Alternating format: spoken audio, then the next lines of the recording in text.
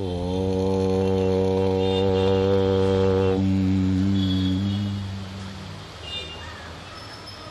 ഗുരുർബ്രഹ്മാ ഗുരുർവിഷ്ണു ഗുരുർദേവോ മഹേശ്വരഃ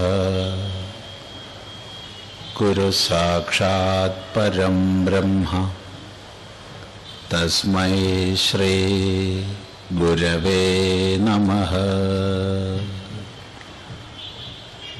ഓം സദാശിവസമാരംഭാം ശങ്കരാചാര്യമധ്യമാം അസ്മദാചാര്യപര്യന്താം വന്ദേ ഗുരുപരമ്പരാം.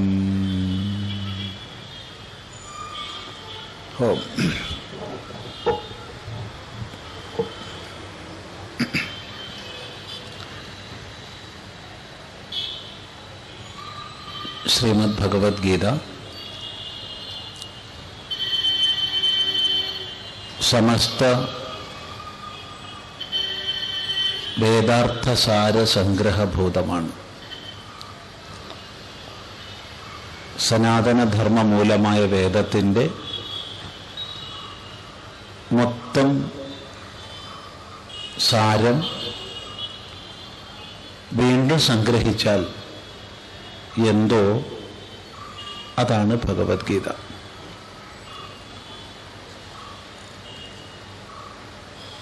മനുഷ്യൻ സമൂഹത്തിൽ കഴിയുന്ന കാലത്തോളം സ്വധർമ്മം ആചരിക്കേണ്ട കാലത്തോളം സർവോപരി തൻ്റെ മുന്നിൽ വരുന്ന സാധ്യതകളിൽ നിന്ന് തെരഞ്ഞെടുക്കാൻ മനുഷ്യൻ അധികാരിയായിരിക്കുന്ന കാലത്തോളം പ്രസക്തമാണ് ഗീതോപദേശം. ഇവിടെ പ്രത്യേകിച്ച് പറയുന്നത് എന്തിനെയാണോ നാം തെരഞ്ഞെടുക്കുന്നത് അതിനനുസരിച്ചാണ് നമ്മുടെ ജീവിതം, നമ്മുടെ ജീവിതത്തിൻ്റെ ഫലം. എപ്പോഴും ഏത് വിഷയത്തെ സംബന്ധിച്ചായാലും അനേക സാധ്യതകൾ നമ്മുടെ മുമ്പിൽ വരുന്നു. മുന്നിൽ വരുന്ന സാധ്യതകളെ വിവേകം ചെയ്യാൻ നമുക്ക് സാധിക്കണം. എന്നിട്ട് ഗ്രാഹ്യത്യാജ്യ വിവേകം ചെയ്ത് സ്വീകരിക്കേണ്ടതിനെ സ്വീകരിക്കാൻ, തള്ളേണ്ടതിനെ തള്ളാൻ സാധിക്കണം. അതിനനുസരിച്ചാണ് നമ്മുടെ ഭാവി. ഇവിടെയാണ് ഗീതോപദേശത്തിൻ്റെ ആരംഭം. ആരംഭം എന്ന് പറയാൻ കാരണം ഈ ഒരു ഭൂമികയിൽ ഇരുന്നു കൊണ്ട് ഗീതാശാസ്ത്രം തീർത്തും ഒരു മോക്ഷശാസ്ത്രം എന്ന നിലയ്ക്ക് ആത്മവിജ്ഞാനത്തിൻ്റെ സകല സൂക്ഷ്മ മേഖലകളിലേക്കും നമ്മളെ നയിക്കുന്നുണ്ട്. എങ്കിലും ഈ തിരിച്ചറിവ് നൽകുന്ന ഒരു ധർമ്മോപദേശം എന്ന നിലയ്ക്കാണ് ഗീതയുടെ ആരംഭം. ഗീത ധർമ്മോപദേശമാണെന്നല്ല പറഞ്ഞത്, ഗീത പ്രാഥമികമായി ധർമ്മോപദേശമാണ്. കർത്തവ്യത മൂഢനായി എന്ത് ചെയ്യണം എന്ത് ചെയ്യരുതെന്നറിയാതെ ഉഴറുന്ന അർജുനന് മുമ്പിൽ ഇതാണ് നിന്റെ കർത്തവ്യം എന്ന് സ്പഷ്ടമായി ചൂണ്ടിക്കാണിക്കുന്നതാണ് ഗീത. അവിടമാണ് ഗീത ആരംഭിക്കുന്നത്. എന്നാൽ ഗീതയൊരു ധർമ്മശാസ്ത്രമായിട്ടാരും മനസ്സിലാക്കരുത്. അതിനും എത്രയോ ഉപരി മോക്ഷശാസ്ത്രമാണ് ഗീത. നമുക്ക് പതുക്കെ പതുക്കെ ഗീതാർത്ഥത്തിലേക്ക് പ്രവേശിക്കാം.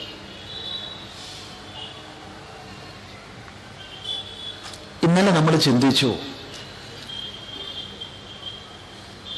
മമത്വഭ്രമത്തിൽ അകപ്പെട്ട് തീർത്തും കർത്തവ്യതാ മൂഢനായ അർജുനനെ കുറിച്ച്. എന്ന് മാത്രമല്ല, ക്ഷത്രിയനായതുകൊണ്ട്, രജോഗുണപ്രധാനിയായതുകൊണ്ട് തൻ്റെ ആ പോരായ്മയെ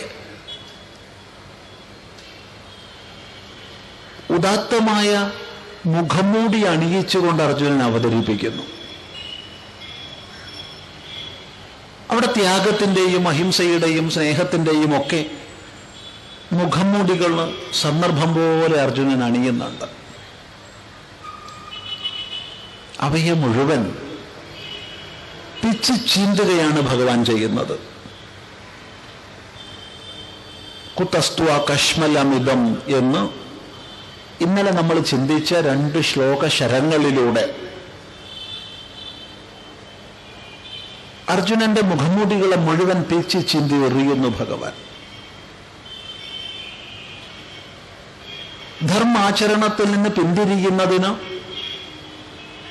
എന്തൊക്കെ ന്യായീകരണങ്ങൾ അർജുനൻ നിരത്തിയോ അവയൊക്കെ അബദ്ധമാണെന്ന് സുവ്യക്തമായി പറഞ്ഞു ഭഗവാൻ.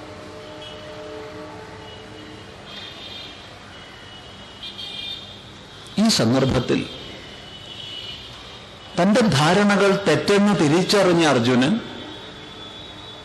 തൻ്റെ നിഗമനങ്ങൾ തെറ്റെന്ന് തിരിച്ചറിഞ്ഞ അർജുനൻ സ്വയമേവ നിർണയിക്കാൻ സമർത്ഥനായില്ല. എന്താണ് ചെയ്യേണ്ടത്? ജീവിതത്തിൽ ശ്രേയസ് ഉണ്ടാവണം എന്ന് അർജുനൻ അറിയാം, ശ്രേയസ്സിലേക്ക് പ്രാപിക്കണമെന്ന് അർജുനൻ അറിയാം. പക്ഷെ ശ്രേയസ്സിനെ പ്രാപിക്കുന്നതിന് ഈ സന്ദർഭത്തിൽ എനിക്ക് എന്താണ് കർത്തവ്യമെന്ന് തിരിച്ചറിയാൻ കഴിയുന്നില്ല. ഇത് പറയുന്ന സമയത്ത് ആരും അർജുനന്റെ വില കുറഞ്ഞു കാണരുത്. അർജുനൻ ഒരു ഹീനനാണെന്ന് ആരും കാണരുത്. കാരണം ധർമ്മസമ്മൂഢതയിൽ അർജുനൻ അകപ്പെട്ടത് ധർമ്മബോധം കൊണ്ട് തന്നെയാണ്. അധാർമികനല്ല അർജുനൻ. അത് പ്രത്യേകം ശ്രദ്ധിക്കണം. ഉദാഹരണം പറഞ്ഞാൽ, ആതതായിന മായാന്തം ഹന്യാദേവ അവിചാരയൻ എന്ന് സ്മൃതികാരന്മാര് പറഞ്ഞിട്ടുണ്ട്. ഒരു ക്ഷത്രിയനെ സംബന്ധിച്ച് അവന്റെ കർത്തവ്യമാണ് ആതതായി നറുക്ക് വരുന്നത് കണ്ടാൽ മറ്റൊന്നും ആലോചിക്കാതെ അവനെ കൊന്നോളണം എന്നുള്ളത്. ഒന്നും ആലോചിക്കാൻ പോകരുതെന്നാ പറഞ്ഞത്. അവിചാരയൻ, ആലോചിക്കാൻ പോയി കഴിഞ്ഞാൽ പിന്നെ കൊല്ലൂല. ആതതായി എന്ന് പറഞ്ഞാൽ അഗ്നിതോ ഗരദശ്ചൈവ ശസ്ത്രപാദീ ധനാപഹ ക്ഷേത്രധാരഹരശ്ചൈവ ഷഡേതേ ഹ്യാതതായിന. അഗ്നിദ, നമ്മൾ താമസിക്കുന്ന സ്ഥലത്തിന് വീടിനൊക്കെ തീ വയ്ക്കുന്നവൻ. ഗരദഹ, വിഷം കൊടുക്കുന്നവൻ, ഭക്ഷണത്തിൽ വെള്ളത്തിലൊക്കെ വിഷം കലർത്തുന്നവർ. അപ്പം അങ്ങനെ ചിന്തിച്ച ഇന്ന് മിക്കവാറും ആതതായികൾ തന്നെയാ. അതെ. ശസ്ത്രപാതി, പിന്നിൽ നിന്ന് ആയുധം പതിപ്പിക്കുന്നവൻ, ചതിയായിട്ട് ആയുധപ്രയോഗം ചെയ്യുന്നവൻ. ധനാപഹ, ധനത്തെ അപഹരിക്കുന്നവൻ. ക്ഷേത്രഹരഹ, നമ്മുടെ ന്യായമായി നമുക്ക് അവകാശപ്പെട്ട ഭൂമി അന്യായമായി ഹരിക്കുന്നവൻ. ദാരഹരഹ, പത്നിയെ അപമാനിക്കുന്നവൻ. ഇങ്ങനെയുള്ളവരൊക്കെ ഈ 6 ദോഷങ്ങളിൽ ഏതെങ്കിലും ഒരു ദോഷം ചെയ്താൽ അയാൾ ആതതായിയാണ്. ആതതായി വരുന്നത് കണ്ടാൽ ഒന്നും ആലോചിക്കാതെ അവനെ കൊല്ലണം എന്നുള്ളതാണ് ക്ഷാത്രരീതി അല്ലെങ്കിൽ ക്ഷാത്രനീതി. ഇവിടെ 6 തികഞ്ഞവരാ ദുര്യോധനൻ തുടങ്ങിയവർ. അപ്പൊ 6 പ്രാവശ്യം കൊല്ലണം എന്നാ പറയണ്ടേ.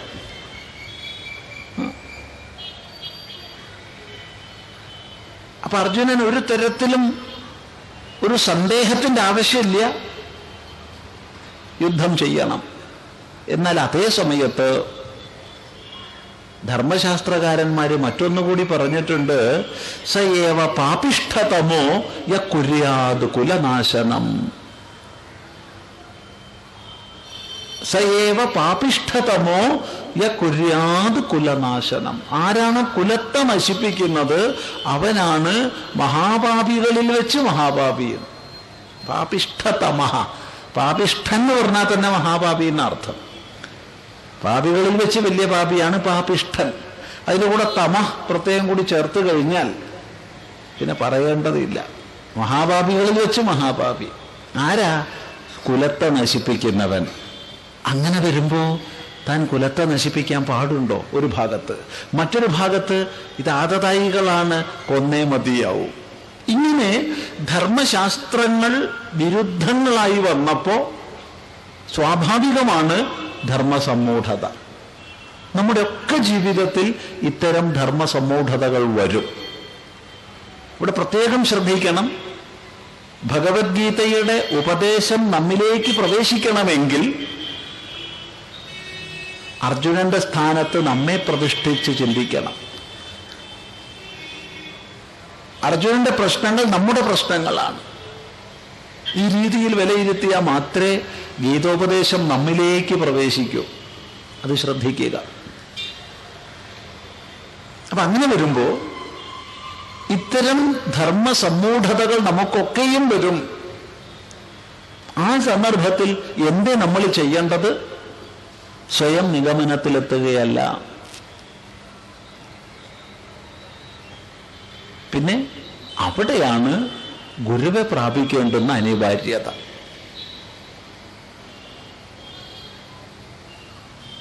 അർജുനൻ ഗുരുവെ പ്രാപിച്ചു. പക്ഷേ അർജുനൻ ഗുരുവെ പ്രാപിക്കുന്നതിന് മുമ്പ് സുവ്യക്തമായി അർജുനന്റെ ധർമ്മസമ്മൂഢതയെ വരച്ച് കാണിച്ചിട്ടുണ്ട് ഭഗവാൻ വ്യാസഭഗവാൻ.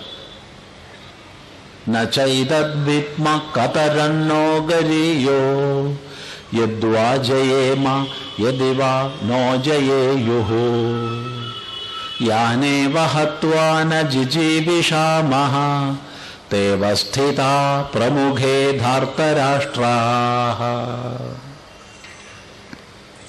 നച്ച ഏതദ് വിദ്മഹ, ഇത് നമുക്ക് അറിയുന്നില്ല. ഏതദിന വിദ്മഹ, ഇത് നമ്മൾ അറിയുന്നില്ല, നമുക്കിത് അറിയില്ല. എന്ത്?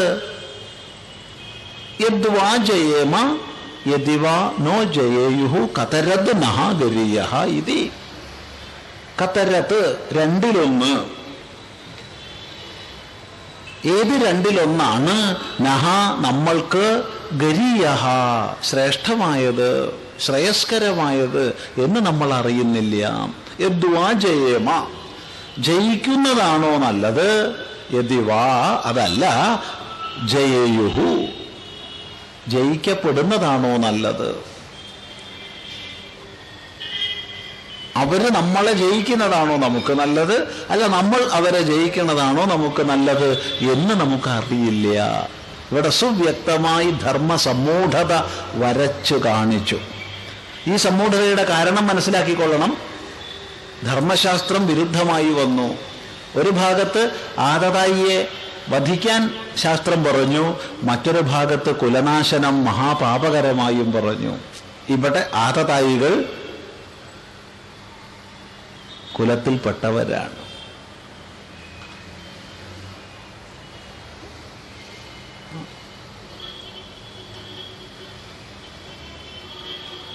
ഏതായാലും അർജുനൻ തൻ്റെ നിഗമനങ്ങളിൽ ഉറച്ചിരുന്ന് ഈ യുദ്ധം പാപകരമാണ്, യുദ്ധം ചെയ്യില്ല. യദി മാം അപ്രതീകാരം അശസ്ത്രം ശസ്ത്രപാണയഃ. ധാർത്തരാഷ്ട്ര രണേ ഹന്യു തന്മേ ക്ഷേമതരം ഭവേതെന്ന് പറഞ്ഞപ്പോ ഭഗവാൻ ഒന്നും ഉപദേശിക്കാനില്ല. കാരണം അർജുനൻ അവിടെ ഉറച്ചവനാ. എന്താ ഉറപ്പ്? ഞാൻ യുദ്ധം ചെയ്യില്ല, എനിക്ക് പ്രതികാര ബുദ്ധിയില്ല, ഞാൻ ആയുധങ്ങൾ എടുക്കില്ല, ഉറച്ച ബുദ്ധിയാ. അപ്പൊ ഭഗവാൻ ഒന്നും പറയാനില്ല. എന്നാൽ നമ്മുടെ ഉള്ളിൽ സംശയം ജനിച്ചു കഴിഞ്ഞാൽ ബാക്കി ഗുരുനാഥൻ അറിയാം. ഒരു സംശയമില്ല. അവന് എന്തുപദേശിക്കാനാ? ആരുപദേശിക്കാനാ? ഒരു സംശയമില്ലാത്തവനോട് ആർക്കുപദേശിക്കാൻ കഴിയും?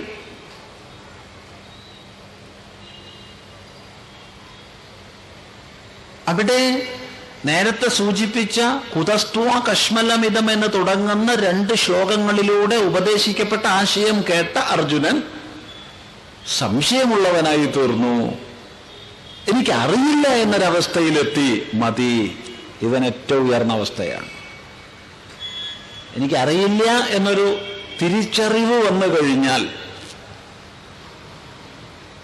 അവൻ രക്ഷപ്പെട്ടു. കാരണം പിന്നീട് നമ്മളെ ഉയർത്താൻ ഗുരുനാഥന് കഴിയും. എനിക്കെല്ലാം അറിയാം എന്ന് നിറഞ്ഞ കപ്പായിട്ടിരിക്കുന്ന ആളിലേക്ക് പുതുതായിട്ടൊന്നും പ്രവേശിക്കില്ല. ഒരല്പം അതിലേക്ക് ഒഴിക്കാൻ പറ്റില്ല.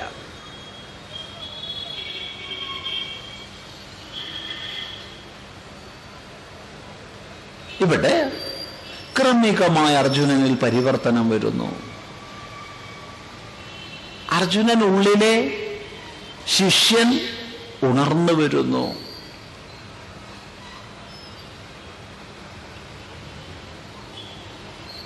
തുടർന്ന് നമ്മൾ കാണുന്നത് തീർത്തും ശിഷ്യഭാവത്തിൽ അർജുനൻ ഭഗവാനെ സമാശ്രയിക്കുന്നതാണ്. എവിടെ? കാർപ്പണ്യദോഷോപഹത സ്വഭാവഃ പൃച്ഛാമി ത്വാം ധർമ്മസമ്മൂഢചേതാഃ യശ്രേയസ്യാത് നിശ്ചിതം ബ്രൂഹി തന്മേ ശിഷ്യസ്തേഹം ശാധിമാം ത്വാ പ്രപന്നം. ഗീതാപഠനത്തിൽ വളരെ ശ്രദ്ധേയമായ ഒരു ശ്ലോകമാണിത്. വളരെ ശ്രദ്ധേയമാണ്. കാരണം ഗുരു ശിഷ്യ സംവാദ രൂപമാണ് ഭഗവത്ഗീത. അധ്യാത്മശാസ്ത്രമാണ് ഭഗവത്ഗീത. ഇപ്പൊ ഗുരുശിഷ്യ സംവാദ രൂപമാണെന്ന് പറയുമ്പോൾ അവിടെ ആദ്യം ശിഷ്യൻ രൂപപ്പെടണം. ശിഷ്യൻ രൂപപ്പെടണം. ആരാണ് ശിഷ്യൻ? ആരാണ് ഗുരു? എന്തിനാണ് ഗുരുവെ പ്രാപിക്കുന്നത്? എങ്ങനെയാണ് ഗുരുവെ പ്രാപിക്കേണ്ടത്? ഇങ്ങനെ നിരവധി വിഷയങ്ങൾ അവിടെ പ്രസക്തമായി വരുന്നുണ്ട്. ഈ ചോദ്യങ്ങൾക്കൊക്കെ മറുപടിയാണ് ഈ ശ്ലോകം. ശ്രദ്ധിക്കുക.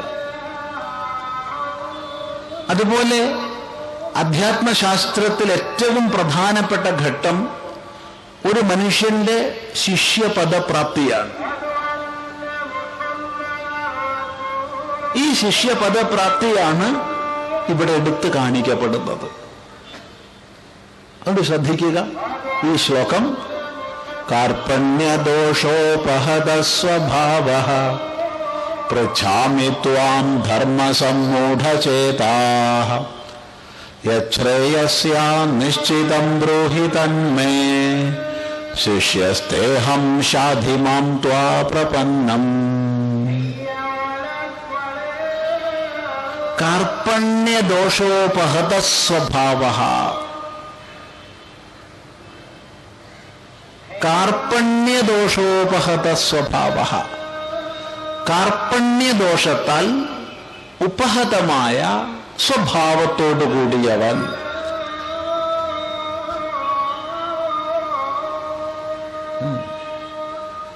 കാർപ്പണ്യദോഷത്താൽ ഉപഹതമായ സ്വഭാവത്തോടുകൂടിയവൻ. കാർപ്പണ്യദോഷം എന്ന് പറഞ്ഞാൽ കൃപണന്റെ ഭാവമാണ് കാർപ്പണ്യം. കൃപണന്റെ ഭാവം കാർപ്പണ്യം. സാധാരണഗതിയിൽ പലപ്പോഴും ഈ കാർപ്പണ്യദോഷം എന്നുള്ളതിനൊന്നും അത്ര നിഷ്കർഷിച്ച അർത്ഥം ചിന്തിക്കാറ് പതിവില്ല. ശ്രദ്ധിക്കുക, ഭഗവത്ഗീത സർവ ഉപനിഷത് സാരമാണ്. സർവ ഉപനിഷത് സാരമാണ് ഭഗവത്ഗീത. അതുകൊണ്ട് തന്നെ ഗീതയിൽ പറയപ്പെട്ട ശബ്ദങ്ങൾക്ക് നമ്മൾ അർത്ഥം മനസ്സിലാക്കുന്നത് ഉപനിഷത്തിനനുസരിച്ചായിരിക്കണം. ഉപനിഷത്തിൽ കൃപണ ശബ്ദം വ്യക്തമായി നിർവചിക്കപ്പെട്ടിട്ടുണ്ട്. ഉപനിഷത്തിൽ ബൃഹദാരണ്യക ഉപനിഷത്തിൽ ബ്രഹ്മവാദിനിയായ ഗാർഗിയുടെ ചോദ്യത്തിന് മറുപടിയായിട്ട് ഒരിടത്ത് യാജ്ഞവൽക്യ മഹർഷി സ്പഷ്ടമായി പറഞ്ഞു വെച്ചിട്ടുണ്ട്, യോവാ അരേ ഗാർഗി ഏതദക്ഷരമവിദിത്വാ അസ്മാൽ ലോകാത് പ്രൈതി സകൃപണഃ. അല്ലയോ ഗാർഗി, യാതൊരാളാണോ ഈ ലോകത്ത് മനുഷ്യനായി ജനിച്ച് വസിച്ചിട്ടും അജ്ഞാനിയായി തന്നെ മരിച്ചു പോണത്,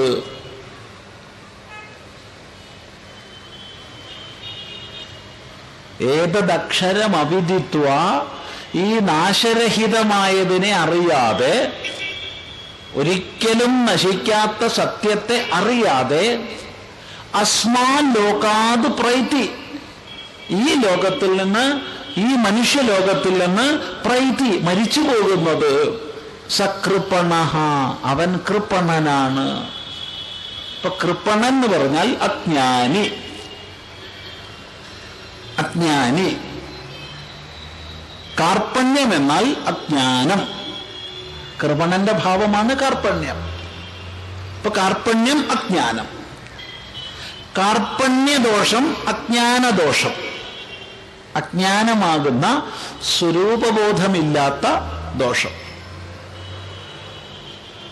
നമ്മളൊക്കെ ദിവസവും ഏറ്റവും അധികം പറയുന്ന വാക്ക് എന്തായിരിക്കും? എന്തായിരിക്കും? ഏറെ ആലോചിക്കേണ്ട ഒരു ആവശ്യമില്ല, ഞാൻ എന്നുള്ളതായിരിക്കും, അല്ലേ? ആയിരിക്കില്ല? ചിലർ ഈ വേദാന്തം തലയിൽ കയറിയിട്ട് ഞാൻ എന്നൊന്നും പറയില്ല. എന്നിട്ട് അതിന് പകരം ഒന്നുകിൽ പേര് പറയും, അല്ലെങ്കിൽ വേറെ എന്തെങ്കിലും പറയും. ഇയാൾ നോ, നോം നോ, എന്തെങ്കിലും. ഞാൻ എന്ന് പറഞ്ഞാൽ ഒരു മോശമല്ലേ വിചാരിച്ചിട്ട്. പക്ഷെ എന്ത് പറഞ്ഞാലും കൊള്ളാം, അതിനാൽ അർത്ഥമാക്കപ്പെടുന്നൊരു വൃത്തിയുണ്ട്. അഹംപദവും അഹംപദ അർത്ഥവുമുണ്ട്. അപ്പൊ അഹംപദം ഉപയോഗിക്കാത്ത ആള് തന്നെ അഹംപദാർത്ഥം ഉപയോഗിക്കാതെ ഒരിക്കലും ലോകത്തിൽ വ്യവഹരിക്കാൻ പറ്റില്ല. അപ്പൊ ഞാൻ എന്ന് പറയാൻ ഞാൻ മടിച്ചു എന്ന് വിചാരിച്ചോളൂ, എന്നാ സ്വാമി ചിദാനന്ദപുരി എന്ന് പറയേണ്ടി വരും. കുറെ നേരം വേണം പറഞ്ഞു തീർക്കണമെങ്കിൽ തന്നെ എന്തെങ്കിലും ഒന്ന് പറയേണ്ടി വരും. അപ്പോ അഹം ശബ്ദം ഉപയോഗിച്ചാലും ശരി, ഇല്ലെങ്കിലും ശരി, അഹം പദാർത്ഥം ഉപയോഗിക്കാതെ വ്യവഹരിക്കാൻ നമുക്ക് ആർക്കും സാധിക്കില്ല. അപ്പൊ ഞാൻ തന്നെ പറയുക, നമുക്ക് ഞാൻ. പിന്നെ കോഴിക്കോട്ടുകാരാവുമ്പോൾ കുറച്ച് ബഹുമാനം കൂടുതലായിട്ട് നമ്മൾ എന്ന് പറയാറുണ്ട്. നമ്മൾ മറ്റു നാട്ടിലൊക്കെ പോയി കഴിഞ്ഞാൽ നമ്മൾ കോഴിക്കോട്ട് നിന്ന് വരിക അല്ലേ എന്ന് ചോദിക്കാറുണ്ട്. നമ്മൾ വിരോധമില്ല, നമ്മൾ നല്ല ശബ്ദം തന്നെയാണ്. അപ്പൊ ഇവിടെ ഈ അഹം പദാർത്ഥം ധ്വനിപ്പിക്കുന്ന ഏതെങ്കിലും ഒരു ശബ്ദം നമ്മൾ ഏറ്റവും അധികം പ്രയോഗിക്കുന്നുണ്ട്. രാവിലെ ഉണർന്നാൽ ഉറങ്ങുന്നത് വരെ ഞാൻ ഞാൻ ഞാൻ, ഉറങ്ങിക്കഴിഞ്ഞാലും ഞാൻ തന്നെ.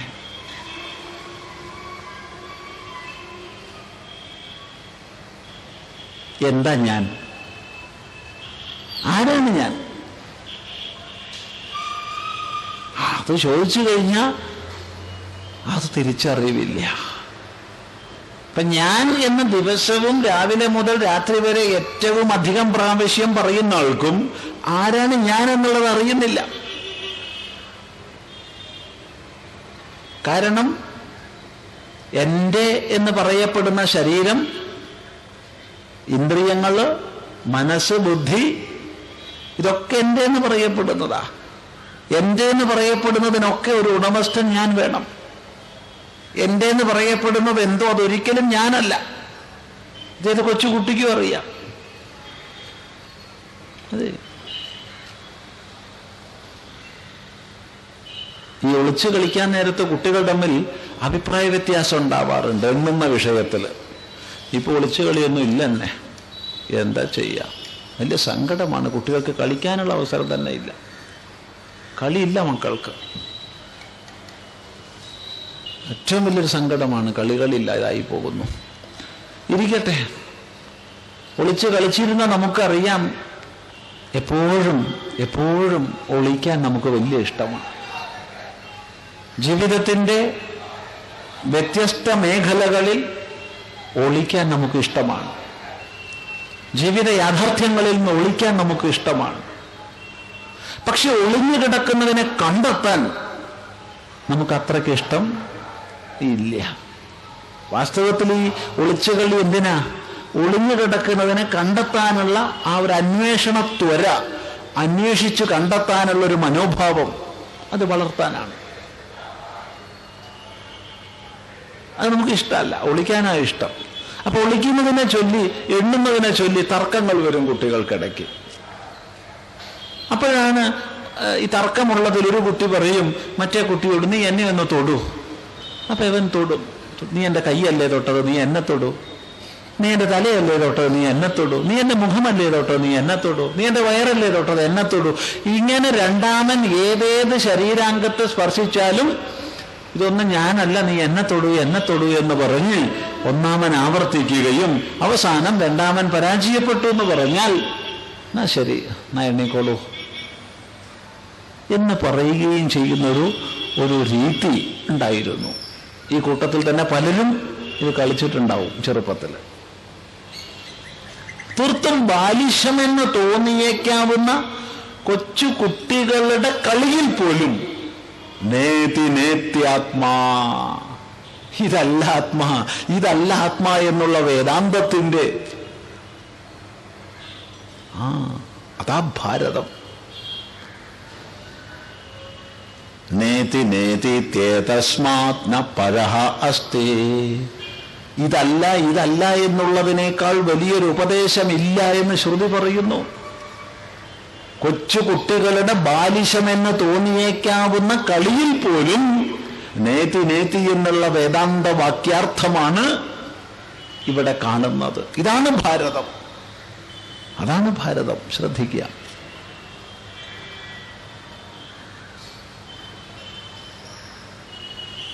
അപ്പോൾ ഇവിടെ പറഞ്ഞ വിഷയം, നമ്മളെല്ലാവരും ദിവസവും ഏറ്റവും അധികം വ്യവഹരിക്കുന്ന ശബ്ദം ഞാൻ എന്നുള്ളതാണെങ്കിലും എന്താണ് ഞാൻ എന്നുള്ളതിൻ്റെ സ്വരൂപം എന്നുള്ളത് അറിയുന്നില്ല. ഞാൻ ശരീരമല്ലെന്നറിയുന്ന ആൾക്കും ഞാൻ ആരാന്നറിയുന്നില്ല. ശരീരം എൻ്റെതാണ്, ശരീരം ഞാനല്ല. മനസ്സെൻ്റെതാണ്, മനസ്സ് ഞാനല്ല. ബുദ്ധി എൻ്റെതാണ്, ബുദ്ധി ഞാനല്ല. ഇങ്ങനെ അനേക നിഷേധശ്രുതികളെ അനുവർത്തിക്കുന്നവനും എന്താണ് ഞാൻ എന്നുള്ളതിൻ്റെ സ്വരൂപം എന്നറിയുന്നില്ല. ഈ അജ്ഞാനമാണ് കാർപ്പണ്യം. അജ്ഞാനമാകുന്ന ദോഷം കൊണ്ട് ഉപഹതം മറയ്ക്കപ്പെട്ട സ്വഭാവത്തോടു കൂടിയവൻ, അതാണ് ഞാൻ. ഈ തിരിച്ചറിവ് വന്നു കഴിഞ്ഞു അർജുനന്. അജ്ഞാനത്താൽ മറയ്ക്കപ്പെട്ട സ്വഭാവത്തോടു കൂടിയവൻ. എന്താ സ്വഭാവം? നമ്മുടെയൊക്കെ സ്വഭാവം എന്താ? ഒരു വല്ലാത്ത ചോദ്യമാണല്ലോ. നമ്മുടെ സ്വഭാവം എന്താന്നോ? അതെ, നമ്മുടെ സ്വഭാവം എന്താ? നമുക്കൊക്കെ സ്വഭാവവും വന്നു ചേർന്ന ഭാവങ്ങളും ഉണ്ട്. എന്തൊക്കെയോ വന്നു ചേർന്ന ഭാവങ്ങൾ നമ്മളിലുണ്ട്. പലപ്പോഴും ഈ വന്നു ചേർന്ന ഭാവങ്ങളെയാ നമ്മൾ നമ്മുടെ ശരിയായ ഭാവമായിട്ട് മനസ്സിലാക്കുന്നത്. തെറ്റ്. നമ്മുടെ സ്വഭാവം എന്താന്ന് നിരൂപണം ചെയ്യാം. എന്താ നമ്മുടെ സ്വഭാവം? നോക്കൂ, ഞാൻ ഉണ്ട് എന്നുള്ളതിൽ ആർക്കെങ്കിലും സംശയമുണ്ടോ? ഈ ഇരിക്കുന്ന കൂട്ടത്തിൽ കേട്ടുകൊണ്ടിരിക്കുന്ന ആർക്കെങ്കിലും ഞാൻ ഉണ്ട് എന്നുള്ള വിഷയത്തിൽ സംശയമുണ്ടോ? ഇല്ല. ആരെങ്കിലും ഞാൻ ഇല്ല എന്ന് വിചാരിക്കുന്നുണ്ടോ? ഏയ്, അങ്ങനെയില്ല. ഞാനുണ്ട്. അഹമസ്മി, ഞാനുണ്ട്. എല്ലാവർക്കും അറിയാം ഞാനുണ്ട്. അപ്പൊ ഞാൻ ഉണ്ട്.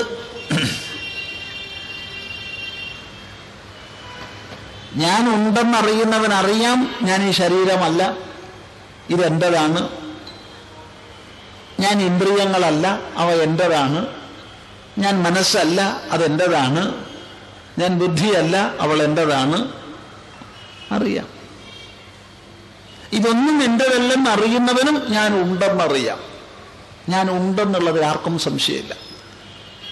ഏത് ഉന്മത്തനായാലും, ഏത് പാമരനായാലും, ഏത് പണ്ഡിതനായാലും, ധനികനായാലും, ദരിദ്രനായാലും ഒക്കെ ഞാൻ ഉണ്ടെന്നുള്ള ബോധമുണ്ട്. അതുകൊണ്ട് തന്നെ ഉണ്ട് എന്നുള്ളത് എൻ്റെ ഭാവമാണ്.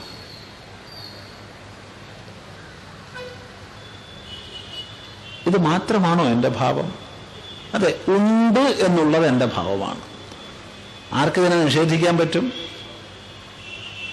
ഉണ്മ, അസ്തിത്വം, സത്ത, പല പേരുകളിൽ പറയും. ശരി, രണ്ടാമത് ചോദിക്കട്ടെ. ഞാൻ അറിയുന്നു. എല്ലാവർക്കും അനുഭവമുള്ളതാ ഞാൻ അറിയുന്നു എന്ന ഭാവം. എന്തിനെ അറിയുന്നു? എല്ലാത്തിനെയും അറിയുന്നു. എന്തിനേറെ അറിയുന്നില്ല എന്നുള്ളതിനെ പോലും ഞാൻ അറിയുന്നു.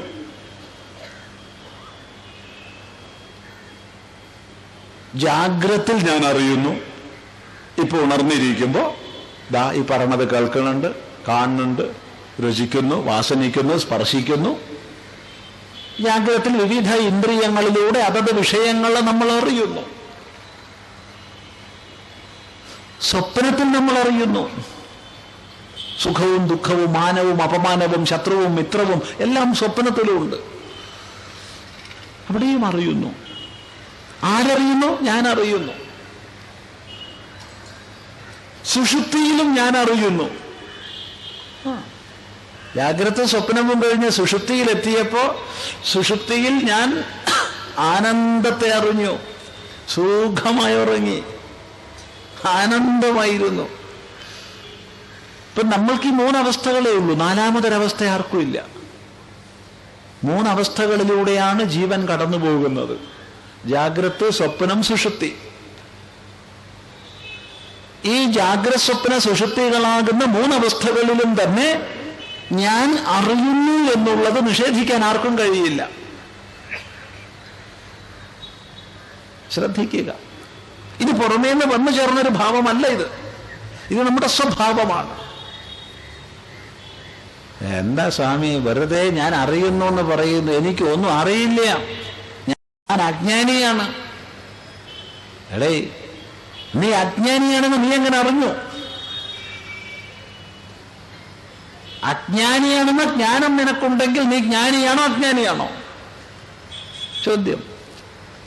അജ്ഞാനിയാണെന്ന ജ്ഞാനം ഒരാൾക്കുണ്ടെങ്കിൽ അയാൾ ജ്ഞാനിയാണോ അജ്ഞാനിയാണോ? ജ്ഞാനിയാണ്, സംശയമില്ല. അപ്പൊ അറിയുന്നു എന്നുള്ളത് എൻ്റെ ഭാവമാണ്, സ്വഭാവമാണ്. ചിത്ത്, ജ്ഞാനം. അപ്പൊ രണ്ട് സ്വഭാവം പറഞ്ഞു.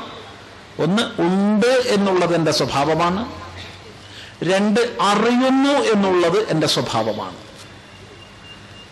ഇതിനെ ആർക്കും യുക്തിപൂർവ്വം നിഷേധിക്കാൻ പറ്റില്ല. ഇനി പറയട്ടെ,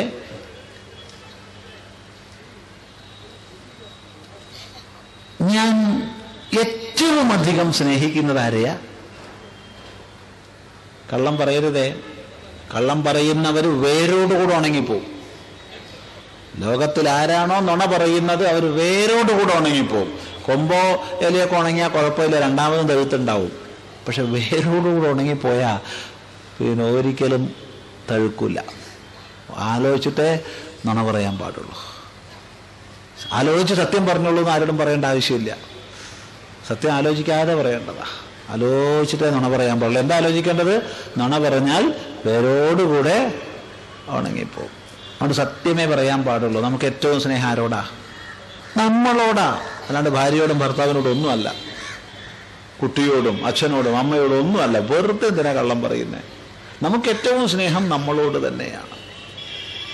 ഏത് നമ്മളോടാണ് നമുക്ക് ഏറ്റവും സ്നേഹം? ചിലരെങ്കിലും വിചാരിക്കും ഈ സ്വാമിക്ക് എന്തിൻ്റെ കുഴപ്പാ, ഏത് നമ്മളോടാണ് നമുക്ക് ഏറ്റവും സ്നേഹം? നമ്മളൊന്നല്ലേ ഉള്ളൂ. ലോകത്തിൽ ബഹുവചനമില്ലാത്തതാകുന്നു ഞാൻ എന്നുള്ളത്. ഞാൻ എന്നുള്ളതിന് ബഹുവചനമില്ല.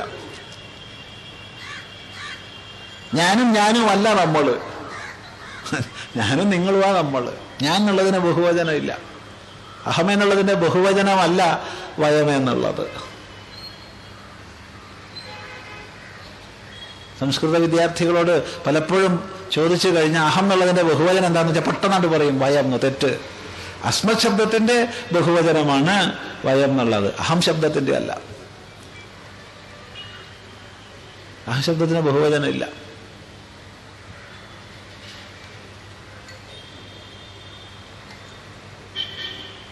അപ്പൊ പിന്നെ ഏതെന്നോടാ സ്നേഹം എന്ന് ചോദിക്കണേ? എന്ത് വകയില ചോദിക്കട്ടെ, ഏതെന്നോടാ? ഇതൊരു വിഷണം പിടിച്ച ചോദ്യമാണ്. സംശയമൊന്നുമില്ല, നമുക്ക് എല്ലാവർക്കും ഇത് മനസ്സിലാക്കാൻ കഴിയും. ജീവിതത്തിൽ ചിട്ട പാലിക്കണം എന്ന് 100 വട്ടം ഡോക്ടർ പറഞ്ഞു. അപ്പോഴൊക്കെ അതിനെ ഗൗരവമായിട്ട് എടുത്തില്ല. ഹേതുവിനൊരു മുറി വന്നു, അതങ്ങോട്ട് പഴുത്ത് കയറി. എന്ത് മരുന്ന് ചെയ്തിട്ടും പ്രയോജനമില്ല. ഇപ്പൊ തുടയോളം എത്തി പഴുപ്പ്. ഡോക്ടർ പറഞ്ഞു ഇനിയിപ്പോ മുറിക്കല്ലാണ്ട് ഒരു വഴിയില്ല. എന്ത്? കാല് മുട്ടിന് മുകളിൽ നിന്ന് മുറിച്ചു മാറ്റണം. ഇത് കേൾക്കുമ്പോൾ നമുക്ക് വലിയ സങ്കടമുണ്ട്, ദുഃഖമുണ്ട്. ഓ, കാല് മുറിച്ചു മാറ്റുവേ? വേണ്ട ഡോക്ടറെ, വേണ്ടേ? വേണ്ട, നിങ്ങൾ മരിച്ചു പോയിക്കോട്ടെ. അയ്യോ, അത് പറ്റില്ല, എനിക്ക് ജീവിക്കണമെങ്കിൽ കാല് മുറിച്ചു മാറ്റണം. എന്നെ മുറിച്ചു മാറ്റിക്കോളൂ.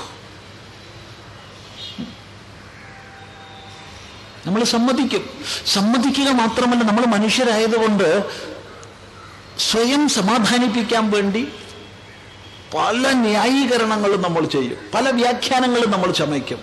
അല്ലെങ്കിലും ഈ ഏതൊരു സന്ദർഭത്തിലും ഈ ന്യായീകരണങ്ങൾ ചെയ്യുന്നത് മറ്റൊരാളെ ബോധിപ്പിക്കാനല്ല, സ്വന്തം അന്ധകരണത്തെ സമാധാനിപ്പിക്കാനാണ് നമ്മൾ ഏത് വിഷയത്തിലായാലും ന്യായീകരണം ചെയ്യുന്നത്. നമ്മൾ പറയുക മറ്റൊരാളെ സമാധാനിപ്പിക്കാനുള്ളത് പോലെയാണ്. ശ്രദ്ധിച്ചിട്ടില്ല? എപ്പോഴും അവനവനെ തന്നെ സമാധാനിപ്പിക്കാനാണ് ന്യായീകരണങ്ങളൊക്കെ ചെയ്യുക. അല്ലെങ്കിൽ കാലില്ലാണ്ട് എത്ര പേര് ജീവിക്കുന്നുണ്ട്? കാല് മുറിഞ്ഞു പോയിട്ട് ഒളിമ്പിക്സിലടക്കം മെഡൽ മേടിച്ചിട്ടുണ്ട്, പിന്നെയല്ലേ എന്നൊക്കെ. ശരി, ഇനി സങ്കല്പിക്കുക, ഡോക്ടർ പറഞ്ഞു നിങ്ങൾ വളരെ വൈകിയില്ല വരാൻ. എന്താപ്പത് ഇങ്ങനെ? ഇനിയിപ്പോൾ എന്ത് ചെയ്യും? വളരെ അപകടം പിടിച്ചൊരവസ്ഥയിലാണ്. രക്ഷിക്കാൻ ഒരു വഴിയില്ലേ ഡോക്ടറെ? തീർച്ചയായിട്ടും ഉണ്ട്, ഒരു മരുന്ന് ചെയ്യാം. പക്ഷേ ഇത് ചെയ്താൽ നിങ്ങളുടെ 2 കണ്ണിൻ്റെയും കാഴ്ച 100% പോവും. കാല് പോവും എന്ന് കേട്ടപ്പോഴുള്ളതിനേക്കാൾ നമുക്ക് വിഷമം, ദുഃഖമുണ്ട്, അതിനേക്കാൾ ക്ലേശമുണ്ട് കണ്ണു പോകുമെന്ന് പറഞ്ഞപ്പോൾ. പക്ഷേ അത്തരമൊരു ഘട്ടം നമ്മുടെ ജീവിതത്തിൽ വന്നാൽ നിശ്ചയമായി നമ്മൾ സമ്മതിക്കും. കണ്ണില്ലെങ്കിൽ എന്താ, എനിക്ക് ജീവിച്ചാൽ മതി. അപ്പം നമ്മൾ ന്യായീകരണങ്ങളെയും വ്യാഖ്യാനങ്ങളെയും ചെയ്യും, ചമയ്ക്കും. കണ്ണില്ലാത്ത എത്ര മഹാത്മാക്കൾ ലോകത്തിലുണ്ടായിട്ടുണ്ട്. അല്ലെങ്കിൽ എന്ത് കണ്ണുണ്ടായിട്ടാ? എത്ര മഹാപുരുഷന്മാർ, തത്വജ്ഞാനികൾ കണ്ണില്ലാത്തവരുണ്ട്, എത്ര ശാസ്ത്രകാരന്മാർ കണ്ണില്ലാത്തവരുണ്ട്. ഇനി 3ാമത്തെ ദൃഷ്ടാന്തം ഡോക്ടർ പറഞ്ഞു എന്ന് വിചാരിക്കുക. എന്താ ഇനി ചെയ്യുക? നിങ്ങൾ വരാൻ വളരെ വൈകിയില്ലേ? എന്നാലും സാരമില്ല, ഞാൻ ഒരു മരുന്ന് പ്രയോഗിക്കാം, മാറാണ്ടിരിക്കില്ല. പിന്നെ എന്താ ഡോക്ടറെ? ഇത് കുത്തിവെച്ചാൽ നിങ്ങൾക്ക് ഭ്രാന്തായി പോവും, ഭ്രാന്തനാവും നിങ്ങൾ. അയ്യോ എനിക്ക് ഭ്രാന്തായിട്ട് ജീവിക്കേണ്ട, അയ്യോ ഭ്രാന്തനായിട്ട് ലോകത്ത് ജീവിക്കുക, എനിക്ക് ഭ്രാന്തായിട്ട് ജീവിക്കേ വേണ്ട എന്നൊക്കെ ഇപ്പൊ ഇവിടെ ഇരുന്ന് പറയും. പക്ഷേ അത്തരമൊരു സന്ദർഭം നമ്മുടെ ജീവിതത്തിൽ വന്നാൽ, വരാതിരിക്കട്ടെ, വന്നാൽ നിശ്ചയമായും നമ്മൾ സമ്മതിക്കും. ഭ്രാന്തായാലും ഞാനുണ്ടാവൂലോ. ന്യായീകരണങ്ങളും വ്യാഖ്യാനങ്ങളും സ്വയം കണ്ടെത്തും. ഈ ഭ്രാന്തന്മാർക്കുണ്ടല്ലോ സുഖം, ദുഃഖം, ദേഷ്യം, സങ്കടം, സന്തോഷം ഒക്കെ മാറി മാറി വരും. എന്നാൽ അവരുടെ സ്ഥായി ഭാവം നിങ്ങൾ ശ്രദ്ധിച്ചിട്ടുണ്ടോ? എപ്പോഴും സന്തോഷം. ശ്രദ്ധിച്ചു, ശരിയല്ലേ? മറ്റതൊക്കെ മാറി മാറി മാറി വരും. പക്ഷെ അവർ സന്തോഷിപ്പിക്കാൻ സാധാരണ സമൂഹം സമ്മതിക്കില്ല എന്നുള്ളതാ കുഴപ്പം.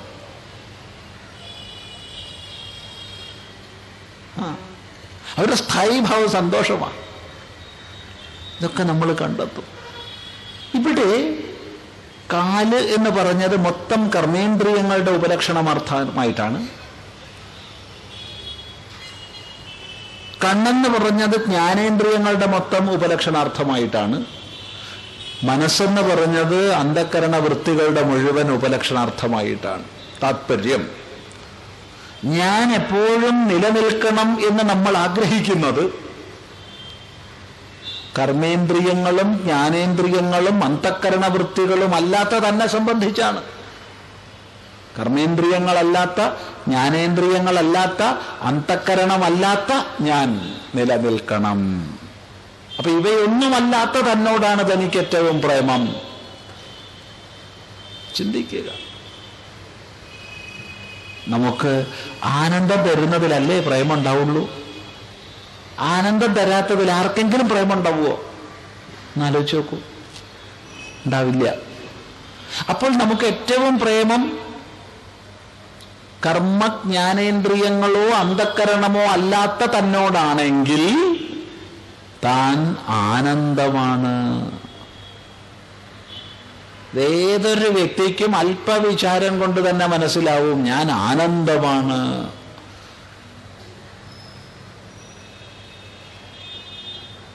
നമുക്ക് ഏറ്റവും സുഖം അനുഭവിക്കാൻ കഴിയുന്നത് എപ്പോഴാ? ഇഷ്ടപ്പെട്ട ഭക്ഷണം കഴിക്കുമ്പോഴാ?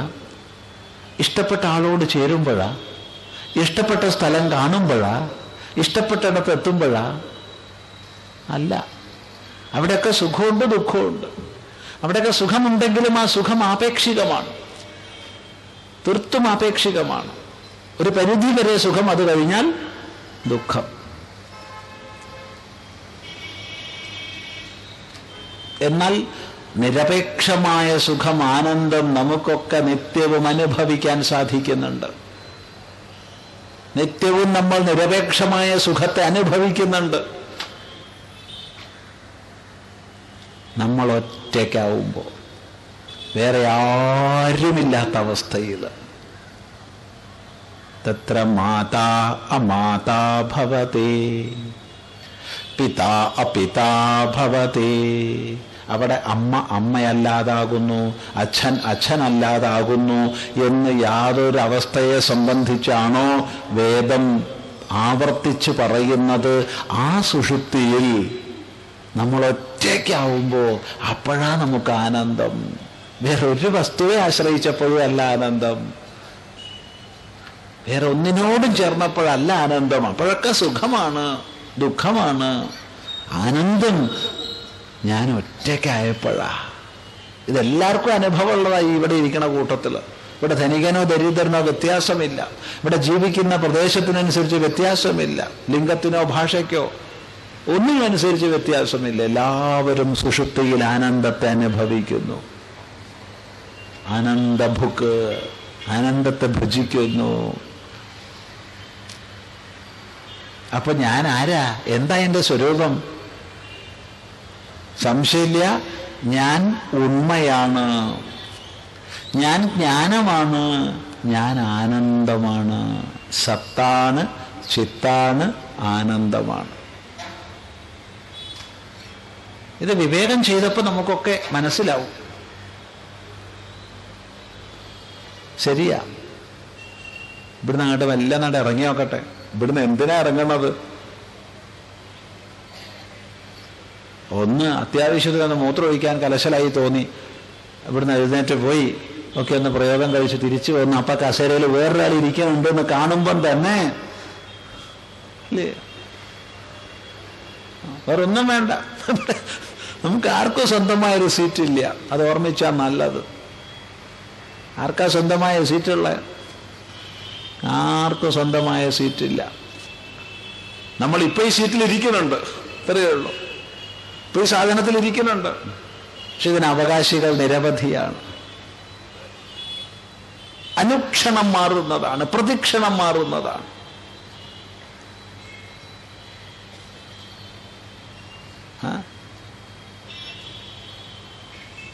ചിന്തിക്കുക. ഇതെന്റേതാണെന്ന് പറയാൻ ഈ സീറ്റിനെ സംബന്ധിച്ച് പോലും നമുക്ക് അധികാരമില്ല. ആർക്കെങ്കിലും ഇരിക്കുന്ന കൂട്ടത്തിൽ ഈ സ്വന്തം ശരീരത്തെക്കുറിച്ച് എൻ്റെന്ന് അങ്ങോട്ട് ഉറപ്പിച്ച് പറയാൻ അധികാരം ആർക്കാളെ? ഇതെൻ്റെതാ. ആർക്കധികാരമുള്ള? എൻ്റെ ശരീരം. എത്ര പേർക്ക് അധികാരമുണ്ട്? നമ്മൾ ആലോചിക്കാറില്ല പലപ്പോഴും. പ്രഭാഷണ പരമ്പരയ്ക്ക്, അധ്യാത്മ പ്രഭാഷണ പരമ്പരയ്ക്ക് പോകുമ്പം പോലും ചിലപ്പോൾ ബ്യൂട്ടി പാർലറിൽ പോയിട്ടാണ് വരുന്നത്.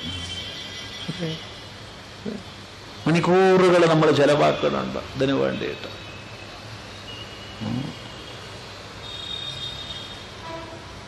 ചിന്തിക്കുക. പക്ഷെ ഇത് എൻ്റെതാന്ന് പറയാൻ ആർക്കും അധികാരമില്ല. പിന്നെയല്ല ഈ സീറ്റ്, ഈ പ്ലാസ്റ്റിക് കസേര. പക്ഷെ ഇതൊന്നും പറഞ്ഞിട്ട് കാര്യമില്ല. അപ്പൊ ഈ സത്താണ്, ചിത്താണ്, ആനന്ദമാണ് എന്ന് വിചാരം ചെയ്തപ്പോഴൊക്കെ നമുക്ക് തലയിൽ കയറിയെങ്കിലും അത് സ്ഥായിയായി നിൽക്കുന്നില്ല, അറിയുന്നില്ല.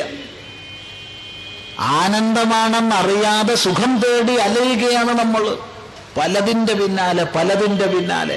അതിൽ നിന്ന് കിട്ടിയ സുഖം ഉണ്ടാവും, ഇതിനെ കിട്ടിയ സുഖം ഉണ്ടാവും, അങ്ങോട്ട് പോയാൽ സുഖം ഉണ്ടാവും, ഇങ്ങോട്ട് പോയാൽ സുഖം ഉണ്ടാവും എന്ന് വിചാരിച്ച് നമ്മൾ പലതിൻ്റെ പിന്നാലെ ഉഴറി അലയുകയാണ്.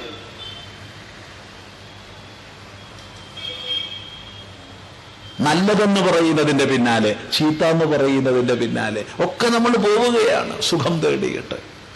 ഇവിടെയാണ് നമ്മോട് ആചാര്യന്മാരെ ഓർമ്മിപ്പിക്കുന്നത്, നീ ആനന്ദ സ്വരൂപമാണ്, ഇത് തിരിച്ചറിയൂ. പക്ഷെ എന്ത് ചെയ്യാം? കർപ്പണ്യദോഷോപഹത സ്വഭാവ. അജ്ഞാനമാകുന്ന ദോഷം കൊണ്ട് സ്വഭാവം മറയ്ക്കപ്പെട്ടവൻ, സത്ത് ചിത്ത് ആനന്ദം എന്ന സ്വഭാവം മറയ്ക്കപ്പെട്ടവൻ. ഞാനൊരജ്ഞാനി, ഞാനിതാ ഇത്ര വയസ്സായി, ഇനി ഇത്ര കാലം കൂടി ഉണ്ടാവും, ജനിച്ചു മരിക്കുന്നവൻ. ഞാൻ ശാശ്വതനല്ല, ഞാൻ ജ്ഞാനസ്വരൂപനല്ല, ഞാൻ ആനന്ദസ്വരൂപനല്ല. സ്വാമി ആനന്ദസ്വരൂപൻ എന്നൊക്കെ പറയുന്നത് വെറുതെയാ. പലവിധ ദുഃഖങ്ങൾ എനിക്കുണ്ട്. എന്തൊക്കെ ദുഃഖങ്ങളാണ് എനിക്കുള്ളതെന്നറിയോ? ഇങ്ങനെ പലതരത്തിൽപ്പെട്ട ദുഃഖങ്ങളാൽ ഉഴറുന്നവനാണ് ഞാൻ, ദുഃഖിയാണ് ഞാൻ എന്നൊക്കെ നമ്മളങ്ങനെ വിചാരിച്ചു കഴിയുകയാ.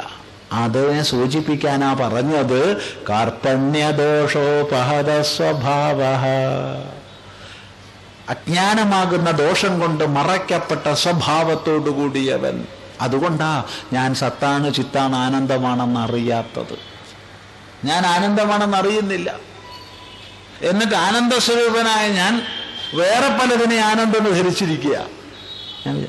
ഭഗവാൻ വിഷ്ണു ആനന്ദസ്വരൂപനാ, അല്ലെങ്കിൽ ഭഗവാൻ ശിവൻ ആനന്ദസ്വരൂപനാണ്.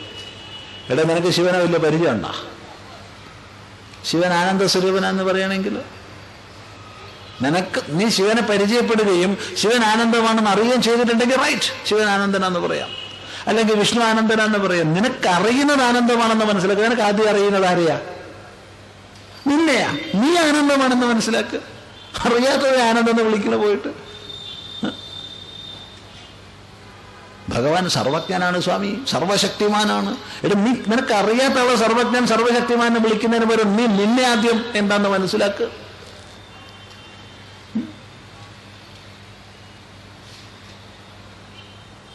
ചിന്തിക്കൂ.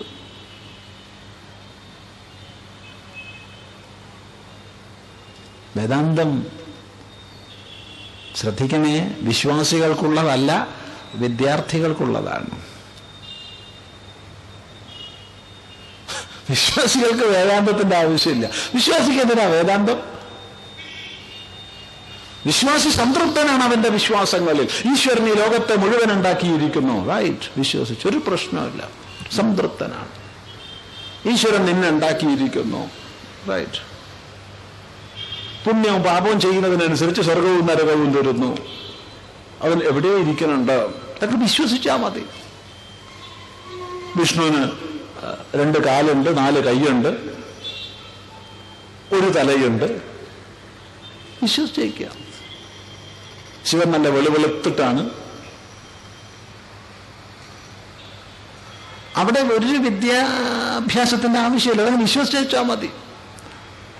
വേദാന്തം വിശ്വാസിക്കുള്ളതല്ല.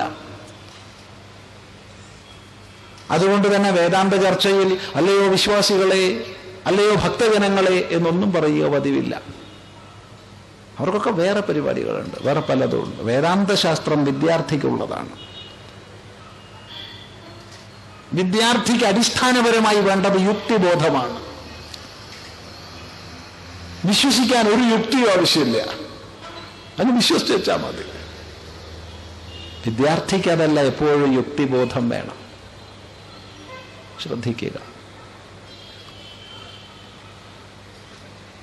അപ്പോൾ ഞാൻ സത്താണ്, ചിത്താണ്, ആനന്ദമാണെന്നുള്ളത് വിവേകം ചെയ്ത് ധരിക്കാൻ നമുക്ക് കഴിയുന്നുവെങ്കിലും അജ്ഞാനമാകുന്ന, അറിവില്ലായ്മയാകുന്ന മറവ് കൊണ്ട്, ആവരണം കൊണ്ട് ഇത് മറയ്ക്കപ്പെടുന്നു. എന്നിട്ട് വേറെ പലതുമാണ് ഞാനെന്ന് നമ്മൾ മനസ്സിലാക്കുന്നു. ഈ തിരിച്ചറിവ് അർജുനന് വന്നു. അതുകൊണ്ട് അർജുനൻ സ്വയം വിശേഷിപ്പിച്ചു കാർപ്പണ്യദോഷോപഹത സ്വഭാവഃ ധർമ്മസമ്മൂഢചേതാഃ. ധർമ്മസമ്മൂഢചേതനാണ് ഞാൻ. കർത്തവ്യമെന്ത്, അകർത്തവ്യമെന്തെന്ന് നിർണയിക്കാൻ കഴിയാത്ത അവസ്ഥയിലാണ് ഞാൻ. ചെയ്യേണ്ടത് എന്താണ്, ചെയ്യരുതാത്തത് എന്താണ് വേർതിരിച്ചറിയാൻ എനിക്ക് സാധിക്കുന്നില്ല. ധർമ്മസമ്മൂഢചേതാഃ. അങ്ങനെയുള്ള ഞാൻ അർജുനൻ പൃച്ഛാമി ത്വാം, നിന്നോട് ചോദിക്കുന്നു. പൃച്ഛാമി, ഞാൻ ചോദിക്കുന്നു, ത്വാം, നിന്നോട്. കാർപ്പണ്യദോഷോപഹത സ്വഭാവഃ പൃച്ഛാമി ത്വാം ധർമ്മസമ്മൂഢചേതാഃ. എന്താ ചോദിക്കുന്നേ? യശ്രേയസ്യാത് നിശ്ചിതം ബ്രൂഹി തന്മേ. യശ്രേയസ്യാത്, യാതൊന്നാണോ ശ്രേയസ്, ശ്രേയസ് യാതൊന്നാണോ തത് അതിനെ നിശ്ചിതം ബ്രൂഹി, നിശ്ചയിച്ചുറപ്പിച്ച് പറഞ്ഞു തരൂ.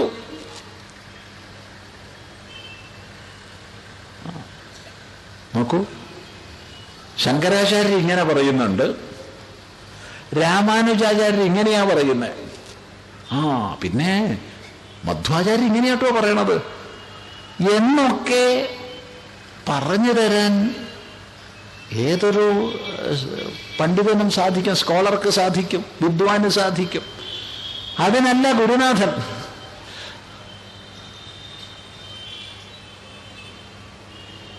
ശങ്കരാചാര്യർ അങ്ങനെ പറഞ്ഞു വെച്ചാൽ ശങ്കരാചാര്യർക്ക് കൊള്ളാം, മധ്വാചാര്യർ അങ്ങനെ പറഞ്ഞു വെച്ചാൽ മധ്വാചാര്യർക്ക് കൊള്ളാം. ഇതൊക്കെ തലയിൽ കയറ്റി വലിയൊരു ലൈബ്രറിയായി നടക്കാനല്ല നമ്മൾ. നീ എന്ത് പറയുന്നു? നിശ്ചിതം ബ്രൂഹി, നിശ്ചയിച്ചുറപ്പിച്ച് പറഞ്ഞു തരൂ. അങ്ങനെയാവാം ഇങ്ങനെയാവാം എന്ന് പറഞ്ഞു തരാൻ ഗുരുവിന്റെ ആവശ്യമില്ല. അങ്ങനെയാവാം ഇങ്ങനെയാവാം, അതും ശരിയാ ഇതും ശരിയാട്ടോ. ഒരു ദൃഷ്ടിയിൽ അത് ശരിയാ, വേറൊരു ദൃഷ്ടിയിൽ ഇതും ശരിയാ. ഇത് പറഞ്ഞു തരാൻ ഗുരുവിന്റെ ആവശ്യമില്ല. അത് എല്ലാവർക്കും വിചാരം ചെയ്താൽ മനസ്സിലാവും. ഗുരുവിന്റെ ആവശ്യം നിശ്ചിതം ബ്രൂഹി, നിശ്ചയിച്ചുറപ്പിച്ച് പറഞ്ഞു തരൂ. നിശ്ചയിച്ചുറപ്പിച്ച് പറഞ്ഞു തരൂ. ആർക്കേ നിശ്ചയിച്ചുറപ്പിച്ച് പറയാൻ കഴിയൂ? ഇതിങ്ങനെയാണ് എന്നാർക്കേ പറയാൻ കഴിയൂ? പഞ്ചസാരയ്ക്ക് പുളിയാണോ ഉപ്പാണോ മധുരമാണോ അറിയില്ല. ചിലർ പറയാറുണ്ട് ഉപ്പിൻ്റെ ഒരു പുളിപ്പ് എന്ന്. ഉപ്പിന് പുളിയുണ്ടോ? ഉപ്പിന് ഉപ്പിന് ഉപ്പാണുള്ളത്, പുളിയില്ല. പുളിക്ക് പുളിയുണ്ട്. അപ്പൊ നിശ്ചയിച്ചുറപ്പിച്ച് പറയാൻ സാധിക്കുക അനുഭവിച്ച ആൾക്ക് മാത്രമാണ്, അറിഞ്ഞ ആൾക്ക് മാത്രമാണ്. സംശയരഹിതമായി അറിഞ്ഞ ആൾക്കേ നിശ്ചയിച്ചുറപ്പിച്ച് പറയാൻ കഴിയൂ. അല്ലാത്തവർക്ക് അങ്ങനെയാവാന്നേ പറയാൻ പറ്റൂ. അപ്പോൾ നിശ്ചിതം ബ്രൂഹി, നിശ്ചയിച്ചുറപ്പിച്ച് പറഞ്ഞു തരുമെന്ന് പറഞ്ഞാൽ അതിൻ്റെ അർത്ഥം സ്വാനുഭവത്തിന്റെ ദൃഢതയിലിരുന്നു കൊണ്ട് ഇതാണ് എന്നെനിക്ക് പറഞ്ഞു തരൂ. എന്ത്? യശ്രേയസ്യാത്, യാതൊന്നാണോ ശ്രേയസ് അത്.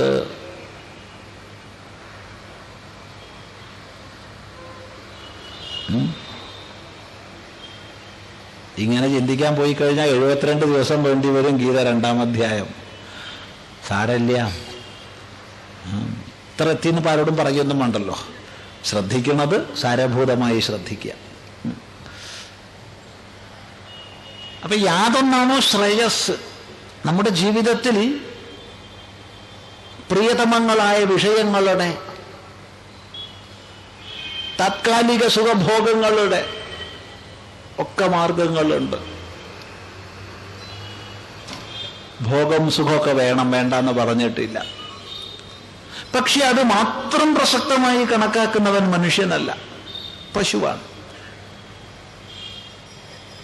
ഭോഗസുഖം വേണം, പക്ഷെ ഭോഗസുഖം മാത്രം പ്രസക്തം എന്ന് കണക്കാക്കുന്നവൻ പശുവാണ്, മനുഷ്യനല്ല. പ്രിയതമങ്ങളായ വിഷയങ്ങൾ വേണം നമുക്ക്, പക്ഷെ പ്രിയതമങ്ങളായ വിഷയങ്ങൾ മാത്രം മതി എന്ന് കണക്കാക്കുന്നവൻ പശുവാണ്, മനുഷ്യനല്ല. അപ്പോൾ പ്രേയസിന്റെ പ്രിയതമങ്ങളായ മാർഗങ്ങൾ മാത്രം പോരാ, അതിനപ്പുറത്ത് ആത്യന്തിക ദുഃഖനിവൃത്തിയുടെ പരിപൂർണമായ സ്വാതന്ത്ര്യത്തിന്റെ സർവതന്ത്ര സ്വതന്ത്രതയിലേക്ക് ഉയരാൻ നമുക്ക് സാധിക്കണം. എല്ലാ പരിമിതികളിൽ നിന്നും നമുക്ക് ഉയരാൻ കഴിയണം. പരിമിതികളാണ് ബന്ധനങ്ങൾ. എല്ലാ പരിമിതികൾക്കും ഉപരി എത്തണം. അതിനാണ് ശ്രേയസ് എന്ന് പറയുന്നത്. ശ്രേയസ്സും പ്രേയസ്സും 2 പദാർത്ഥങ്ങളാണ്. ഒന്ന് പ്രേയസ്, പ്രിയതമങ്ങളായ വിഷയങ്ങളുടെ താത്കാലിക ആകർഷണങ്ങളുടെ മാർഗങ്ങളാണ്. നമ്മൾ പലപ്പോഴും ഇന്ന് പ്രേയസിന്റെ പിന്നാലെ അല്ലേ കുടുങ്ങിപ്പോണത് ഏറെയും. ഈ പ്രേയസിൽ കുടുങ്ങിപ്പോയിട്ട് ശ്രേയസ് എന്താണെന്ന് നമ്മൾ മറന്നു പോവുകയല്ലേ, തിരിച്ചറിയാതായി പോവുകയല്ലേ. നല്ലപോലെ നിരൂപണം ചെയ്യാം. ഇവിടെ അർജുനൻ പ്രാർത്ഥിക്കുന്നത് യശ്രേയഃ സ്യാത്, യാതൊന്നാണോ ശ്രേയസ് അത് നിശ്ചയിച്ചുറപ്പിച്ച് പറഞ്ഞു തരൂ. അതിനാ ഗുരുവെ പ്രാപിക്കുന്നത്. ശ്രദ്ധിക്കുക. ശിഷ്യസ്തേഹം ശാധിമാം ത്വാ പ്രപന്നം. ശിഷ്യസ്തേഹം, തേ അഹം ശിഷ്യ, ഞാൻ നിന്റെ ശിഷ്യനാണ്. ശിഷ്യനാണല്ലോ ഉപദേശിക്കപ്പെടുന്നത്. ഉപദേശിക്കപ്പെടാൻ യോഗ്യനാണ് ശിഷ്യൻ. ഞാൻ നിന്റെ ശിഷ്യനാണ്, എന്നോട് ഉപദേശിച്ചാലും. ഷാധി, നീ ഉപദേശിച്ചാലും. ഷാധി എന്ന് പറഞ്ഞാൽ നീ ഉപദേശിച്ചാലും. ഇവിടെ ശ്രദ്ധിക്കേണ്ട ഒരു വിഷയം സാന്ദർഭികമായി സൂചിപ്പിക്കുകയാണ്. ഞാൻ നിന്റെ ശിഷ്യനാണെന്ന് അർജുനൻ പറഞ്ഞു. ഭഗവാൻ ഒരിടത്തും നീ എൻ്റെ ശിഷ്യനാന്ന് പറഞ്ഞിട്ടില്ല. ഭഗവാൻ ഒരിടത്തും നീ എൻ്റെ ശിഷ്യനാന്ന് പറഞ്ഞില്ല. അർജുനൻ തുടക്കത്തിൽ തന്നെ പറഞ്ഞു ഞാൻ നിന്റെ ശിഷ്യനാണ്. ഇതാണ് വേദാന്തത്തിലെ ഗുരു ശിഷ്യ ബാന്ധവം. ശിഷ്യസ്തേഹം, ഞാൻ നിന്റെ ശിഷ്യനാണ്. ഷാധി, നീ എന്നെ ഉപദേശിക്കൂ. മാം പ്രപന്നം, പരിപൂർണമായി നിന്നിൽ സമർപ്പിച്ചവനാണ് ഞാൻ. പരിപൂർണമായി സമർപ്പിച്ചവൻ, പരമമായ സത്യ ജിജ്ഞാസ ഉണർന്നവൻ. എന്തു ചെയ്യണം, എങ്ങനെ വർത്തിക്കണം, ഉപനിഷത്ത് വ്യക്തമായി പറഞ്ഞു തന്നിട്ടുണ്ട് നമുക്ക്. ഉപനിഷത്തുക്കളുടെ സാരമാണ് ഗീത എന്നതിനാൽ ആണ് ഗീതാർത്ഥം മനസ്സിലാക്കാൻ ഉപനിഷത്തിലേക്ക് പോകേണ്ടുന്നത്. എവിടെ എന്നാണെങ്കിൽ ഉപനിഷത്ത് പറയുകയാണ്, പരീക്ഷ്യ ലോകാൻ കർമ്മചിതാൻ ബ്രാഹ്മണോ നിർവേദമായാത് നാസ്ത്യകൃതകൃതേന തദ്വിജ്ഞാനാർത്ഥം സ ഗുരുമേവാഭിഗച്ഛേത് സമിത്പാണിഃ ശ്രോത്രിയം ബ്രഹ്മനിഷ്ഠം. പരീക്ഷ്യ ലോകാൻ, ലോകങ്ങളെ പരീക്ഷിച്ചിട്ട്, ലോകങ്ങളെ പരീക്ഷിച്ചിട്ട്. ലോകം എന്താ ലോകം എന്ന് പറഞ്ഞ? ലോക്യത്തെ ദൃശ്യത്തെ ഭുജ്യത്തെ ഇത് ലോകം. കാണപ്പെടുന്നത്, അനുഭവിക്കപ്പെടുന്നത് എന്തോ അതാണ് ലോകം. നമ്മളാൽ കാണപ്പെടുന്നത് നമ്മുടെ ലോകം, അനുഭവിക്കപ്പെടുന്നത് എന്തോ അത് ലോകം. ഈ ലോകങ്ങളെ പരീക്ഷിച്ചിട്ട്, പരീക്ഷ്യ എല്ലാ പ്രകാരത്തിലും നിരീക്ഷിച്ചിട്ട്, ഗുണദോഷ വിചാരം ചെയ്തിട്ട്, കണ്ടതിൻ്റെ പിന്നാലെ അങ്ങോട്ട് പെട്ടുപോവുകയല്ല, കണ്ടതിനെ ശരിക്ക് നിരൂപണം ചെയ്തിട്ട്, ചൽ അർത്ഥം തൻ്റെ ജീവിത അനുഭവങ്ങളെ നല്ലതുപോലെ നിരീക്ഷിച്ചറിഞ്ഞിട്ട്. നമുക്ക് ഏറ്റവും വലിയ ഗുരുനാഥൻ നമ്മുടെ ജീവിത അനുഭവങ്ങളാണ്. ജീവിത അനുഭവങ്ങളെ വിലയിരുത്തി പാഠങ്ങൾ പഠിക്കുന്നവനായിരിക്കണം നമ്മൾ ഓരോരുത്തരും. ഒരുപാട് അനുഭവം ഉണ്ടെന്ന് പറഞ്ഞിട്ട് ഒരു പ്രയോജനമില്ല. വയസ്സെനിക്ക് 100 സ്വാമി, ഒരു ഗുണവും ഇല്ല. പക്ഷേ ഈ കാലഘട്ടത്തിൽ തനിക്ക് ലഭിച്ച അനുഭവങ്ങളെ താൻ വിലയിരുത്തി അതിൽ നിന്നും പാഠങ്ങളെ ഉൾക്കൊണ്ടുവോ എങ്കിൽ ധന്യമാകും നമ്മുടെ ജീവിതം. ജീവിത അനുഭവങ്ങളിൽ നിന്ന് പാഠങ്ങളെ ഉൾക്കൊള്ളുന്നവൻ. പരീക്ഷ്യ ലോകാൻ, ലോകങ്ങളെ പരീക്ഷിച്ചിട്ട്. കർമ്മചിതാൻ, ഇവിടെ ശ്രദ്ധിക്കണം, നമ്മുടെ ലോകങ്ങൾ നമ്മുടെ കർമ്മചിതങ്ങളാണ്. കർമ്മണാചിതാൻ, കർമ്മങ്ങളിലൂടെ നമ്മൾ നേടിയതാണ് നമ്മുടെ ലോകങ്ങൾ. വേറെ ആരും തന്നതല്ല നമ്മുടെ ലോകങ്ങൾ. നമ്മുടെ ജീവിതാനുഭവങ്ങൾ നമ്മൾ കർമ്മങ്ങളിലൂടെ നേടിയതാണ്. ശ്രദ്ധിക്കണം, വേറെ ആരെയും കുറ്റം പറയരുത്. നമ്മുടെ ജീവിതാനുഭവങ്ങളുടെ പേരിൽ മറ്റാരെയും പഴിചാരരുത്. ഇന്നലെകളിലെ നമ്മുടെ കർമ്മമാണ് ഇന്നത്തെ നമ്മെ ഉണ്ടാക്കിയിട്ടുള്ളത് എങ്കിൽ മനസ്സിലാക്കുക, നാളെയിലെ നമ്മെ ഉണ്ടാക്കേണ്ടത് ഇന്നത്തെ നമ്മുടെ കർമ്മമാണ്. കരുതിയിരിക്കുക. നാളെയിലെ നമ്മെ രൂപീകരിക്കേണ്ടത് ഇന്നത്തെ നമ്മുടെ കർമ്മം കൊണ്ടാണ്. അതുകൊണ്ടാണ് സത്കർമ്മം ചെയ്യൂ, സത്സംഗം ചെയ്യൂ, സദ്വിചാരം ചെയ്യൂ, എപ്പോഴും നല്ലത് മാത്രം ചെയ്യൂ എന്ന് പറയുന്നത്. നല്ലൊരു നാളെയിലേക്ക് നമുക്ക് ഉയരണമെങ്കിൽ ഇന്നത്തെ നമ്മുടെ പ്രവർത്തനമാണ് അവിടെ വേണ്ടത്. ശ്രദ്ധിക്കുക. കർമ്മചിതാൻ, കർമ്മത്തിലൂടെ നേടിയെടുക്കാൻ കഴിയുന്ന ലോകങ്ങളെ പരീക്ഷിച്ചിട്ട്. അങ്ങനെ പരീക്ഷിക്കുമ്പോൾ ബ്രാഹ്മണോ നിർവേദമായാത്, ബ്രാഹ്മണൻ വൈരാഗ്യത്തെ പ്രാപിക്കും. ബ്രാഹ്മണൻ സത്വഗുണപ്രധാനി, ബ്രാഹ്മണൻ വേദം പഠിച്ചവൻ, വിവേകശാലി, വിവേകമുള്ളവൻ. അപ്പൊ വിവേകശാലിയും ശാസ്ത്രപഠനം ചെയ്തവനും സത്വഗുണപ്രധാനിയുമായ ബ്രാഹ്മണൻ തൻ്റെ ജീവിതാനുഭവങ്ങളെ ശരിക്ക് വിലയിരുത്തുമ്പോൾ അവന് വൈരാഗ്യം വരുന്നു. വൈരാഗ്യം എന്ന് പറഞ്ഞാൽ മലയാളത്തിലെ വൈരാഗ്യമല്ല കേട്ടോ. മലയാളത്തിലെ വൈരാഗ്യം വേറെയാ. ഇത് രാഗമൊഴിഞ്ഞ അവസ്ഥയാണ്. രാഗം എന്ന് പറഞ്ഞാൽ സുഖത്തിനായിക്കൊണ്ട് വിഷയങ്ങളോട് ഒട്ടിച്ചേരാനുള്ള ഒരു ഭാവമാണ് രാഗം. തൻ്റെ സുഖത്തിനായിക്കൊണ്ട് വിവിധ വിഷയങ്ങളോട് ഒട്ടിച്ചേരാനുള്ള ഒരു ഭാവനയ്ക്കാണ് നമ്മൾ രാഗം എന്ന് പറയുക. ഈ ലോകത്തിലെ വിഷയങ്ങളിൽ നമുക്ക് രാഗമുണ്ടാവുന്നുണ്ട്. ഈ ലോകത്തിലെ വിഷയങ്ങളൊക്കെ അനുഭവിച്ചിട്ടും മതിയാവാണ്ട് പരലോകത്തിൽ പലവിധ സുഖങ്ങൾ ഉണ്ടാവുമെന്ന് നമ്മൾ കൽപ്പിക്കുന്നുണ്ട്. അവിടെ നല്ല സുഖ പോയി കഴിഞ്ഞാൽ തേനും പാലും ഒക്കെ അങ്ങനെ ഒഴുകുക, ഇഷ്ടംപോലെ തിന്നാനും കുടിക്കാനും കിട്ടും. എത്രയാ മദ്യമൊക്കെ കിട്ടുമെന്നറിയോ? സുന്ദരികൾ സ്വർണ്ണ ചഷകത്തിലും സ്ഫടികപാത്രത്തിലൊക്കെ ആക്കി കൊണ്ടുത്തരും. നല്ല സുഖം ഉണ്ടാവും. ഇവിടെ കുടിച്ചാൽ പോരാ, അവിടെ പോകണോ കുടിക്കാൻ ആഗ്രഹിക്കാൻ? ഇവിടെ ഇഷ്ടം പോലെ പിടിക്കാൻ എത്ര സ്ഥലമുണ്ട്.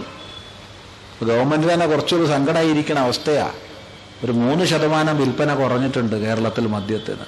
സങ്കടപ്പെട്ടിരിക്കുക. അതുകൊണ്ടാണ് അപ്പോൾ വികലാംഗർക്കൊക്കെ പ്രത്യേക ക്യൂ ആ, സ്ത്രീകൾക്കൊക്കെ പ്രത്യേക ക്യൂ ഏർപ്പാട് ചെയ്യുക. വലിയ സങ്കട. തമാശ പറയല്ലത്. പക്ഷെ 3 ഇപ്പോഴത്തെ റേറ്റിന് 30% കുറഞ്ഞാലും ലോകത്തിൽ നമ്മൾ തന്നെയായിരിക്കും ഒന്നാമത്. അത് വേറെ വിഷയം. ഈ അടുത്ത കാലത്തൊന്നും നമ്മൾ താഴോട്ട് പോവില്ല. ഇരിക്കട്ടെ. അപ്പൊ പറഞ്ഞത് ഇങ്ങനെയുള്ള ഭൗതികങ്ങളായ വസ്തുവകകളെ അനുഭവിക്കണം അനുഭവിക്കണം അനുഭവിക്കണം എന്നുള്ള ലാലസത നമുക്കുള്ളിൽ തോന്നുന്നു, ഈ ലോകത്തിലും പരലോകത്തിലും. ഇതാണ് രാഗം. ഇതൊഴിഞ്ഞ അവസ്ഥയാണ് വൈരാഗ്യം. തന്നിൽ ആനന്ദിക്കുന്നവൻ എന്ത് ബാഹ്യ വിഷയം? ചിന്തിക്കുക. അപ്പോ ഈ ലോകാനുഭവങ്ങളെ ശരിക്ക് വിലയിരുത്തി പഠിച്ചപ്പോ, കർമ്മജനിതങ്ങളായ അനുഭവങ്ങളെ ശരിക്ക് വിലയിരുത്തിയപ്പോ വൈരാഗ്യം വന്നു. എന്താ വൈരാഗ്യം? നാസ്ത്യാകൃതകൃതേന, ചെയ്തതിനെ കൊണ്ട് ചെയ്യപ്പെടാത്ത മോക്ഷം പ്രാപിക്കുകയില്ല. എന്തെങ്കിലും പൂജ ചെയ്തത് കൊണ്ടോ ഹോമം ചെയ്തത് കൊണ്ടോ എന്തെങ്കിലും ക്രിയ ചെയ്തത് കൊണ്ടോ ആർക്കും മോക്ഷസിദ്ധി ഉണ്ടാവില്ല. മോക്ഷം കിട്ടേണ്ട വസ്തുവല്ല. എന്ത് കിട്ടിയാലും നഷ്ടപ്പെടും. അത് ശ്രദ്ധിക്കേണ്ടതാ. സ്വാമിയെ കണ്ടാൽ മോക്ഷം കിട്ടും, മോക്ഷം കിട്ടിയാലോ മോക്ഷം പോവും. കാരണം കിട്ടിയതൊക്കെ പോവും. എന്ത് കിട്ടിയിട്ടുണ്ടോ അത് പോവും. സംശയമില്ല, കിട്ടുന്നതൊക്കെ പോവും. കിട്ടേണ്ട വസ്തുവല്ല മോക്ഷം, സാധ്യമല്ല മോക്ഷം. സിദ്ധമാണ്, സിദ്ധസ്വരൂപമാണ് മോക്ഷം. അത് സാധ്യം വസ്തുവല്ല. എന്തെങ്കിലും ചെയ്തു നേടേണ്ടതല്ല മോക്ഷം. അകൃതേന കൃതഃ നാസ്തി, കൃതേന അകൃതഃ നാസ്തി. ചെയ്തതിനെ കൊണ്ട് ചെയ്യപ്പെടാത്ത പരമമായ മോക്ഷം സാധ്യമല്ല. തദ്വിജ്ഞാനാർത്ഥം പിന്നെന്തേ പറ്റൂ? തൻ്റെ സച്ചിദാനന്ദ സ്വരൂപത്തെ തിരിച്ചറിയണം, ആനന്ദ സ്വരൂപത്തെ തിരിച്ചറിയണം. ആ തിരിച്ചറിവിനായിക്കൊണ്ട് തദ്വിജ്ഞാനാർത്ഥം, ആ പരമമായ ആനന്ദ സ്വരൂപത്തെ സാക്ഷാത്കരിക്കുന്നതിന് വേണ്ടി സഹ അവൻ ഗുരുമേവാഭിഗച്ഛേത്, ഗുരുവെ തന്നെ പ്രാപിക്കണം. ഗുരും ഏവ, ഗുരുവെ തന്നെ. തന്നെ എന്ന് പറഞ്ഞാൽ ശ്രദ്ധിക്കേണ്ടതാ. ലഘുവെ പ്രാപിച്ചിട്ട് കാര്യമില്ല. ഗുരുവെ തന്നെ പ്രാപിക്കണം. ഗുരുവിന് ലക്ഷണം പറഞ്ഞു, ശ്രോത്രിയം ബ്രഹ്മനിഷ്ഠം. ശ്രോത്രിയനും ബ്രഹ്മനിഷ്ഠനുമായ ഗുരുവെ വേണം പ്രാപിക്കുക. ഈ ചെറിയ നീർക്കോലി വലിയ തവളയെ പിടിച്ച ദൃഷ്ടാന്തം ശ്രീരാമകൃഷ്ണദേവൻ പറയാറുണ്ട്. നീർക്കോലി ചില നാട്ടിൽ മണ്ഡലി എന്നൊക്കെ പറയും. ഈ സാധനം വലിയൊരു തവളേനെ പിടിച്ചു. വിഴുങ്ങാൻ പറ്റുമോ? ഇല്ല. വിടാൻ തോന്നുമോ? ഇല്ല. ശരി, ഇതാണ് നീർക്കോലിയുടെ കഷ്ടപ്പാട്. തവളയുടെ കഷ്ടപ്പാടോ? ഒന്നുകിൽ ജീവിച്ചാൽ മതിയായിരുന്നു, അല്ലെങ്കിൽ മരിച്ചാൽ മതിയായിരുന്നു. ഇത് രണ്ടുമില്ല. ജീവിക്കാനും പറ്റില്ല, മരിക്കാനും പറ്റില്ല. പിടിയും വലിയ, കടിയും വലിയും, കടിയും വലിയും. ഇതാ ഗുരു ശിഷ്യനും തമ്മിൽ. ബഹവസന്തി ഗുരവഹ ശിഷ്യവിത്താപഹാരകാഹ. ഒരുപാട് ഗുരുക്കന്മാർ ലോകത്തിലുണ്ട്, ശിഷ്യന്മാരുടെ ധനത്തെ അപഹരിക്കുന്നവർ. അതും ഇതും പറഞ്ഞ് പൈസ അപഹരിച്ചുകൊണ്ടേയിരിക്കും ശിഷ്യന്റെ. ദുർലഭോയം ഗുരുർദേവി, അല്ലയോ ദേവി, ഈ ഗുരു വളരെ ദുർലഭമാണ്.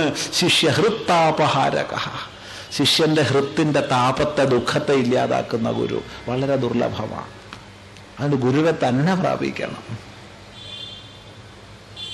ഇത് വളരെ ശ്രദ്ധിക്കേണ്ടതാണ്.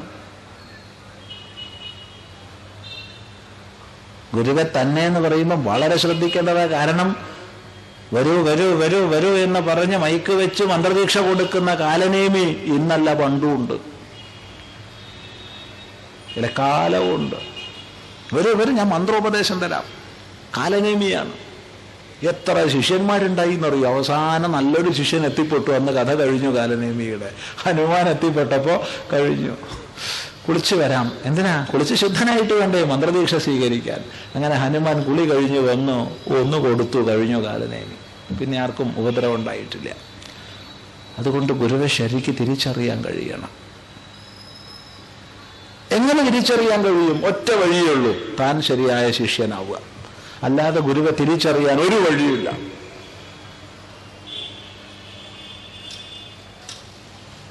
അപ്പോ ശ്രോത്രിയനും ബ്രഹ്മനിഷ്ഠനുമായ ഗുരുവെ പ്രാപിക്കണമെന്ന് ശ്രുതി പറയുന്നു. ശ്രോത്രിയെന്ന് പറഞ്ഞാൽ വിധിവത് അധീതശ്രുത, വിധിപ്രകാരം ശാസ്ത്രം അധ്യയനം ചെയ്തവൻ. എന്താ വിധിപ്രകാരം? ഏവം പരമ്പരാപ്രാപ്തം ഇമം രാജർഷയോ വിദുഹു.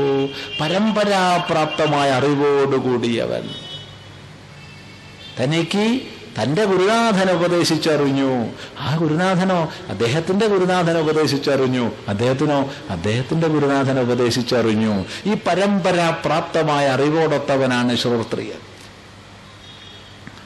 വേദസാരത്തെ ഗുരുവിൽ നിന്ന് ഗ്രഹിച്ചവൻ.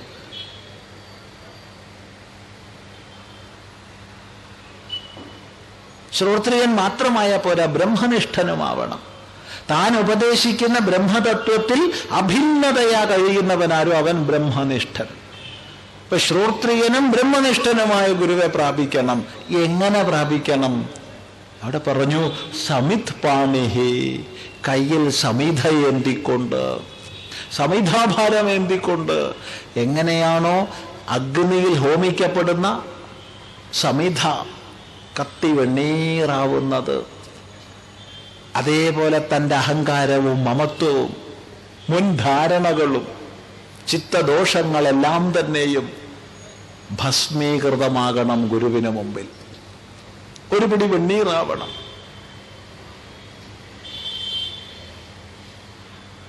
ഈ ഒരു ഭാവനയോടുകൂടിയാണ് ഗുരുവെ പ്രാപിക്കുന്നത്. ശ്രദ്ധിക്കുക. ശിഷ്യസ്തേഹം ശാധിമാം ത്വാ പ്രപന്നം, നിന്നിൽ പരിപൂർണമായി സമർപ്പിച്ച എനിക്ക് നീ തത്വോപദേശം ചെയ്താലും. ഇവിടെ നമ്മൾ കാണുന്നു അർജുനൻ ശിഷ്യനായി. ഇനി ഗുരുവിൻ്റെ കർത്തവ്യമാണ് അവനെ പിടിച്ചുയർത്തല്. കാരണം ശ്രുതി പറയുന്നുണ്ട്, വിധിപ്രകാരം തന്നെ പ്രാപിച്ച് സംശയം ചോദിച്ചവന് ഉപദേശിച്ചു കൊടുക്കണം എന്ന്. തന്നെ പ്രാപിച്ച് ചോദിച്ചവനെ ഉപദേശിക്കണം എന്ന് ശ്രുതി പറഞ്ഞിട്ടില്ല. വിഹിതമായ രീതിയിൽ പ്രാപിച്ചവന് ഉപദേശം കൊടുക്കണം എന്നാണ്. അല്ലാണ്ട് ചോദിക്കണവർക്ക് എല്ലാവർക്കും വിധിപ്രകാരം കൊടുത്തോളണം എന്ന് പറഞ്ഞിട്ടില്ല. അങ്ങോട്ടും ഇങ്ങോട്ടും ഒരു ദൂരായിരിക്കണം. ഇവിടെ അർജുനൻ വിധിപ്രകാരം പ്രാപിച്ചു. ഇനി ഭഗവാൻ ഉപദേശിക്കാതെ വയ്യ. ഈ സന്ദർഭത്തിൽ അർജുനൻ ഇത്ര പറഞ്ഞ് നിർത്തിയോ എന്ന് ചോദിച്ചാൽ അർജുനൻ ഒരു വാക്യം കൂടി അധികം പറഞ്ഞിട്ടുണ്ട്. നഹി പ്രപശ്യാമി മമാപനുദ്യാത് യച്ഛോകമുച്ഛോഷണമിന്ദ്രിയാണാം അവാപ്യ ഭൂമാവസപത്നമൃദ്ധം രാജ്യം സുരാണാമപി ചാധിപത്യം. നഹി പ്രപശ്യാമി മമാപനുദ്യാത് യച്ഛോകമുച്ഛോഷണമിന്ദ്രിയാണാം അവാപ്യ ഭൂമാവസപത്നമൃദ്ധം രാജ്യം സുരാണാമപി ചാധിപത്യം.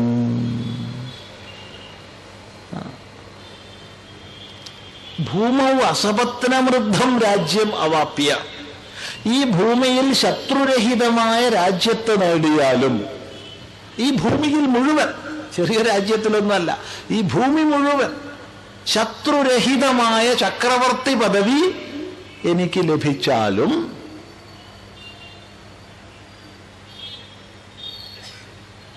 മൂന്ന് ലോകത്തിന്റെ ആധിപത്യം ലഭിച്ചാലും സുരാണാമപി ചാധിപത്യം, ദേവന്മാരുടെ അധിപതിയായി ഞാൻ തീർന്നാലും, ദേവേന്ദ്രനായാലും മമ ഇന്ദ്രിയാണാം ഉച്ഛോഷണം യത് ശോകം തത് അപനുദ്യാതിഥി നഹി പ്രപശ്യാമി. എൻ്റെ ഇന്ദ്രിയങ്ങളെ ചുട്ടു പൊള്ളിക്കുന്ന യാതൊരു ദുഃഖം എനിക്കിപ്പുണ്ടോ അത് നീങ്ങുമെന്ന് ഞാൻ വിചാരിക്കുന്നില്ല. വലിയ അർത്ഥമുള്ള വാക്യമാണ്. ഈ ലോകത്തിൻ്റെ മുഴുവൻ ആധിപത്യം നേടുന്നത് കൊണ്ടോ, ദേവേന്ദ്ര പദവി നേടുന്നത് കൊണ്ടോ, ദേവേന്ദ്ര പദവി അത് അങ്ങേയറ്റം നിഷ്ഠയോടുകൂടി വൈദിക കർമ്മങ്ങളെ, യാഗവിശേഷങ്ങളെ നൂറുകണക്കിന് ചെയ്താൽ ദേവേന്ദ്രനാവാൻ യോഗ്യത വരും. ശതക്രതു 100 യാഗം ചെയ്താൽ ദേവേന്ദ്രനാവാൻ യോഗ്യത വരും. അപ്പോൾ യോഗ്യത വന്നു കഴിഞ്ഞാൽ വെയിറ്റിംഗ് ലിസ്റ്റിൽ നമ്മൾ വന്നു ചേരും. അങ്ങനെ സന്ദർഭം വരുമ്പോൾ ദേവേന്ദ്രനായി മാറും.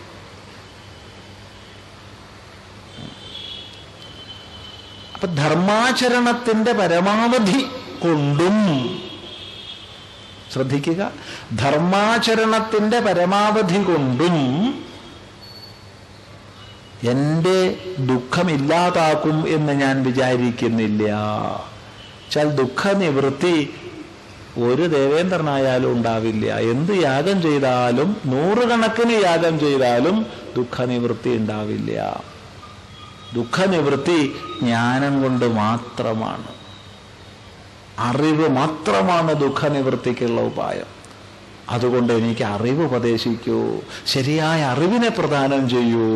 ഇതാണ് അർജുനൻ പ്രാർത്ഥിക്കുന്നത്. ഇത്രയും പ്രാർത്ഥിച്ചവിടെ നിന്നു. ഇനിയൊന്നും മിണ്ടിയില്ല. ഇനിയൊന്നും മിണ്ടേണ്ട ആവശ്യമില്ല. ഇനി ഗുരുവിൻ്റെ കർത്തവ്യമാവാക്കി. അവിടെ നമ്മുടെ മുമ്പിൽ ശ്രീകൃഷ്ണനെ അവതരിപ്പിക്കുന്നുണ്ട്. അതെങ്ങനെ? പുഞ്ചിരിച്ചെന്ന പോലെ, പുഞ്ചിരിയോടുകൂടിയ ഭാവത്തോടുകൂടി ശ്രീകൃഷ്ണൻ അർജുനനോട് ഉപദേശിക്കാൻ തുടങ്ങി. അർജുനൻ ചുട്ടുപൊള്ളുകയാണ്, ശോകസന്തപ്തനാണ്, വിഷാദഗ്രസ്തനാണ്. അവനെ ചിരിച്ച് കളിയാക്കിയില്ല, മറിച്ച് പുഞ്ചിരിച്ച് സമാശ്വസിപ്പിച്ചു. എടേ, നിന്റെ പ്രശ്നമൊക്കെ നിസ്സാരമാണ്. നീ ഇതിപ്പോ വലിയൊരു പ്രശ്നമായിട്ടല്ലേ നീ. നമുക്കൊക്കെ അങ്ങനെയാ. നമ്മുടെ പ്രശ്നം വലിയ പ്രശ്നമാണ്. നമ്മൾ ഓരോരുത്തരും നമുക്ക് ചെറിയ ചെറിയ പ്രശ്നം ഉണ്ടാകുമ്പോൾ നമുക്ക് വലിയ പ്രശ്നം. എന്തുകൊണ്ട്? അത് നമ്മുടെ പ്രശ്നമായതുകൊണ്ട്, നമുക്കുള്ള പ്രശ്നമായതുകൊണ്ട്. എന്നാൽ എനിക്കിത് ഒന്നുമല്ല സ്വാമി, നിനക്ക് വന്നല്ലോ, നിന്റെ അയൽവാസിക്ക് വരട്ടെ എന്നാണ് നീ വിചാരിക്കണത്. അങ്ങനെയാ പലരും പറഞ്ഞത്. എന്നാൽ എനിക്കിത് ഒന്നുമല്ലോ, ഞാൻ അറിഞ്ഞുകൊണ്ട് ഒന്നും ചെയ്തിട്ടില്ല. എന്തറിഞ്ഞുകൊണ്ട് നീ ചെയ്തിട്ടില്ല? എപ്പോ? ഏത് ജന്മത്തിൽ? അല്ലെങ്കിൽ നീ ചെയ്തത് അറിഞ്ഞുകൊണ്ടാണോ അറിയാണ്ടാണോ?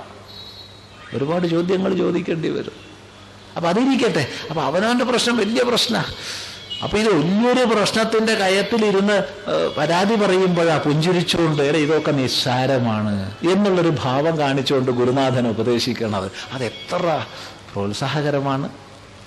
അതേസമയത്ത് ചിരിച്ചു കളിയാക്കി പറഞ്ഞാൽ അതൊരു തരം ഈഗോ ഹേർട്ടാവും. അത് പാടില്ല. അത് ശ്രദ്ധിക്കുക. പ്രഹസന്നിവ, പുഞ്ചിരിച്ചവനെ പോലെ ഭഗവാൻ ഉപദേശം ആരംഭിച്ചു, അർജുനനെ സമാശ്വസിപ്പിച്ചുകൊണ്ട്. അപ്പോൾ ഇവിടെ നമ്മൾ ശ്രദ്ധിക്കേണ്ടത് ആത്യന്തികമായ ദുഃഖനിവൃത്തിക്കുള്ള ഉപായമാണ് അർജുനൻ പ്രാർത്ഥിച്ചത്. നമ്മുടെയൊക്കെ ജീവിതത്തിൽ നമുക്ക് എന്താണ് പരമമായ ലക്ഷ്യം? ഇതറിഞ്ഞിട്ടേ ഗീത പഠിക്കേണ്ട ആവശ്യമുള്ളൂ. കാരണം ഈ ശാസ്ത്രം പഠിക്കാൻ തുടങ്ങുന്നതിന് മുമ്പ് അതുകൊണ്ട് നമുക്ക് പ്രയോജനമുണ്ടോ എന്ന് ആലോചിക്കണം. പ്രയോജനമില്ലാത്ത പരിപാടിക്ക് വേണ്ടി സമയം കളയാൻ പാടില്ല. അത് പ്രത്യേകം ശ്രദ്ധിക്കണം. എന്ത് പരിപാടി നമ്മൾ ചെയ്യുകയാണെങ്കിൽ അതിന് പ്രയോജനം ഉണ്ടാവണം. അതുകൊണ്ട് പ്രയോജനം എന്തെന്ന് മനസ്സിലാക്കിയിട്ട് വേണം പ്രവർത്തിക്കാൻ. ഇത് നിർബന്ധമായ ആചാര്യന്മാർ നമ്മളോട് പറഞ്ഞു തരും. എന്ത് ചെയ്യുകയാണെങ്കിലും അതിൻ്റെ പ്രയോജനം എന്താണെന്ന് ആലോചിക്കണം, അല്ലാണ്ട് ഒന്നും ചെയ്യരുത്.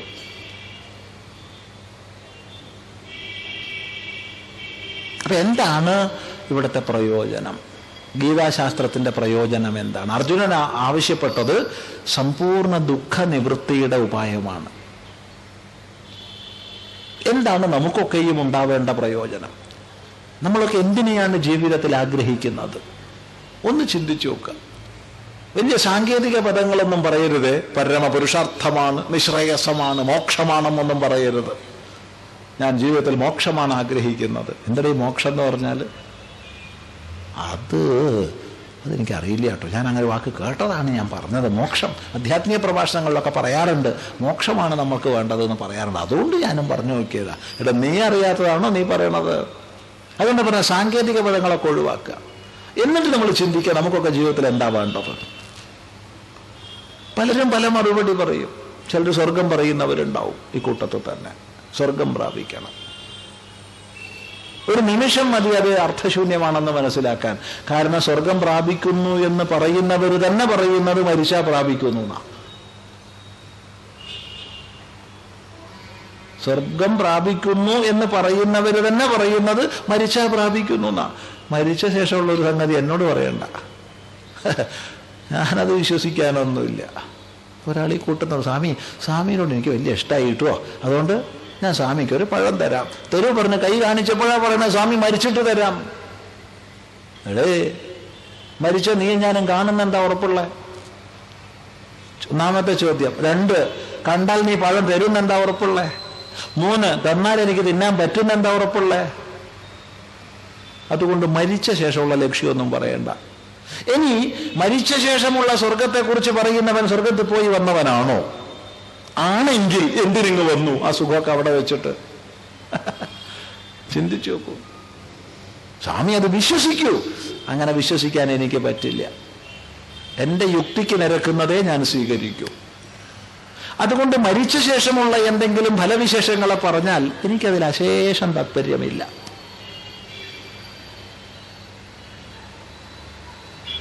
അതുകൊണ്ട് സ്വർഗം അവിടെ നിൽക്കട്ടെ. ഇതുപോലെ പലതുമുണ്ട്. നിത്യസ്വർഗം.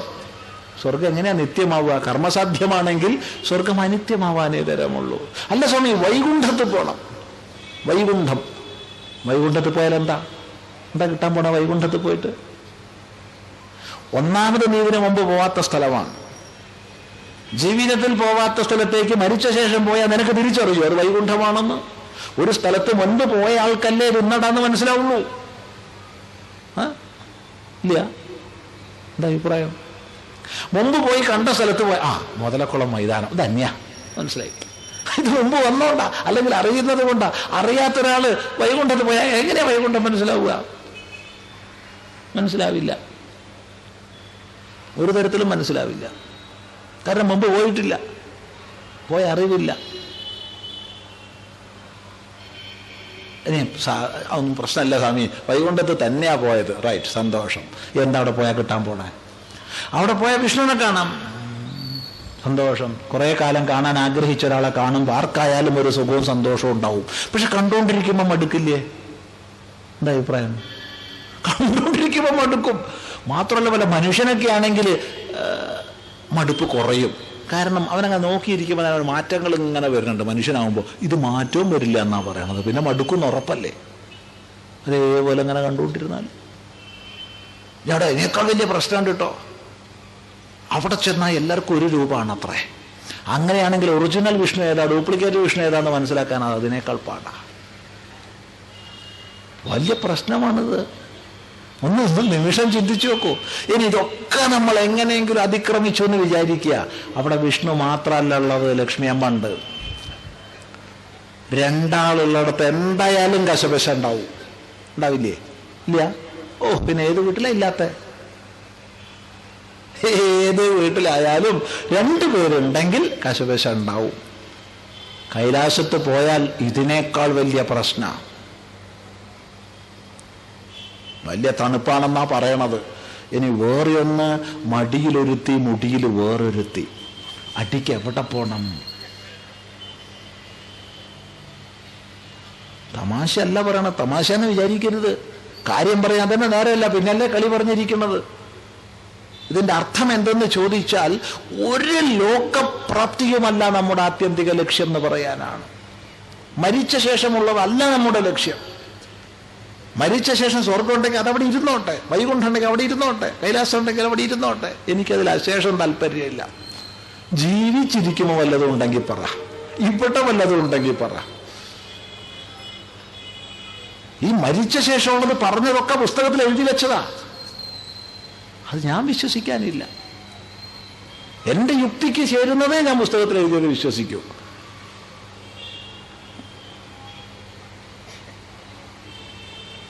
ചിന്തിക്കുക. അപ്പൊ പിന്നെ എന്താ ഇപ്പോ ലക്ഷ്യം? ഒന്ന് ആലോചിച്ച് പറയുക എന്താന്ന്.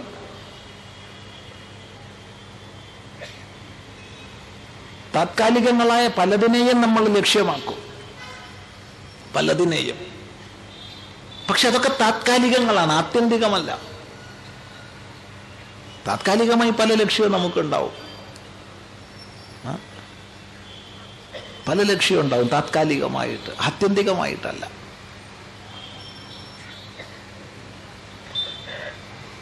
അപ്പോ നമുക്കൊക്കെ സമ്മതിയുള്ളൊരു ലക്ഷ്യം ജീവിതത്തിൽ എല്ലാ ദുഃഖങ്ങളും ഇല്ലാതാവണം എന്നുള്ളതാണ്. ഇതിനെ ആരാ എതിർക്കുക ഈ കൂട്ടത്തില്? ആർക്കെങ്കിലും എതിർപ്പുണ്ടെങ്കിൽ പറയാം. ജീവിതത്തിൽ എല്ലാ ദുഃഖങ്ങളും ഇല്ലാതാവണം, ആത്യന്തിക ദുഃഖ നിവൃത്തി. ഇതാണ് ജീവിതത്തിന്റെ ലക്ഷ്യം. എപ്പോ? ഇപ്പോ ജീവിച്ചിരിക്കുമ്പോ, മരിച്ചിട്ടല്ല. മരിച്ചിട്ട് ആത്യന്തിക ദുഃഖ നിവൃത്തി ഉണ്ടാവും, അതെനിക്ക് വേണ്ട. ജീവിച്ചിരിക്കുമ്പോൾ ആത്യന്തികമായ ദുഃഖ നിവൃത്തിയിലേക്ക് ഉയരാൻ സാധിക്കണം. ഇതാണ് ലക്ഷ്യമെന്ന് പറഞ്ഞാൽ ആരെങ്കിലും ഇതിനെ എതിർക്കുവോ? ഇല്ല. എങ്കിൽ പറയട്ടെ, ഈ ആത്യന്തിക ദുഃഖ നിവൃത്തിക്ക് ആചാര്യന്മാര് പറഞ്ഞ പേരാണ് മോക്ഷം, മോചനം. മുച്ചള് മോചനെ എന്നുള്ള ധാതുവിൽ നിന്ന് ക്സാപ്രത്യയം പരമാകുമ്പോൾ വരുന്ന ശബ്ദമാണ് മോക്ഷം എന്നുള്ളത്. മോചിക്കപ്പെടുന്ന അവസ്ഥ. എന്തിൽ നിന്ന്? സർവ ദുഃഖങ്ങളിൽ നിന്നും മോചിക്കപ്പെടുന്ന അവസ്ഥ, സർവ പരിമിതത്വങ്ങളിൽ നിന്നും മോചിക്കപ്പെടുന്ന അവസ്ഥ, സർവ അസ്വാതന്ത്ര്യങ്ങളിൽ നിന്നും മോചിക്കപ്പെടുന്ന അവസ്ഥ. വേറെ എന്തെന്നെ ഉണ്ടായിട്ട് എന്താ കാര്യം? സ്വാതന്ത്ര്യമില്ലെങ്കിൽ. സ്വാതന്ത്ര്യമില്ലായ്മ, അതിൽ നിന്ന് മോചിക്കപ്പെടുന്ന അവസ്ഥ, പരമമായ സ്വാതന്ത്ര്യം, ആത്യന്തികമായ ദുഃഖ നിവൃത്തി. ഇതാണ് നമ്മുടെ ജീവിതത്തിൻ്റെ ആത്യന്തിക ലക്ഷ്യം, ദുഃഖ നിവൃത്തി. എങ്കിൽ പറയട്ടെ, ഇതാണ് അർജുനൻ പ്രാർത്ഥിച്ചത്, ഇതാണ് ഭഗവാൻ ഉപദേശിച്ചു തുടങ്ങിയത്, ഉപദേശിച്ച് അവസാനിപ്പിച്ചതും ഇത് തന്നെയാണ്. ഉപദേശത്തിന് ചില ലക്ഷണങ്ങളൊക്കെയുണ്ട്, അതിരിക്കട്ടെ. അപ്പോ അർജുനൻ ദുഃഖനിവൃത്തിക്ക് അപേക്ഷിച്ചു. നമ്മുടെയൊക്കെ ലക്ഷ്യം ദുഃഖനിവൃത്തിയാണ്. എങ്ങനെയാണ് ദുഃഖനിവൃത്തിയെ ഭഗവാൻ ഉപദേശിക്കുന്നത്? അത് നമുക്ക് തുടർന്ന് ചിന്തിക്കാം. സംശയ നിവാരണത്തിന് കുറച്ച് സമയം കുറഞ്ഞു പോയി, സാരമില്ല, നമുക്കത് കൂട്ടിയെടുക്കാം അടുത്ത ദിവസം.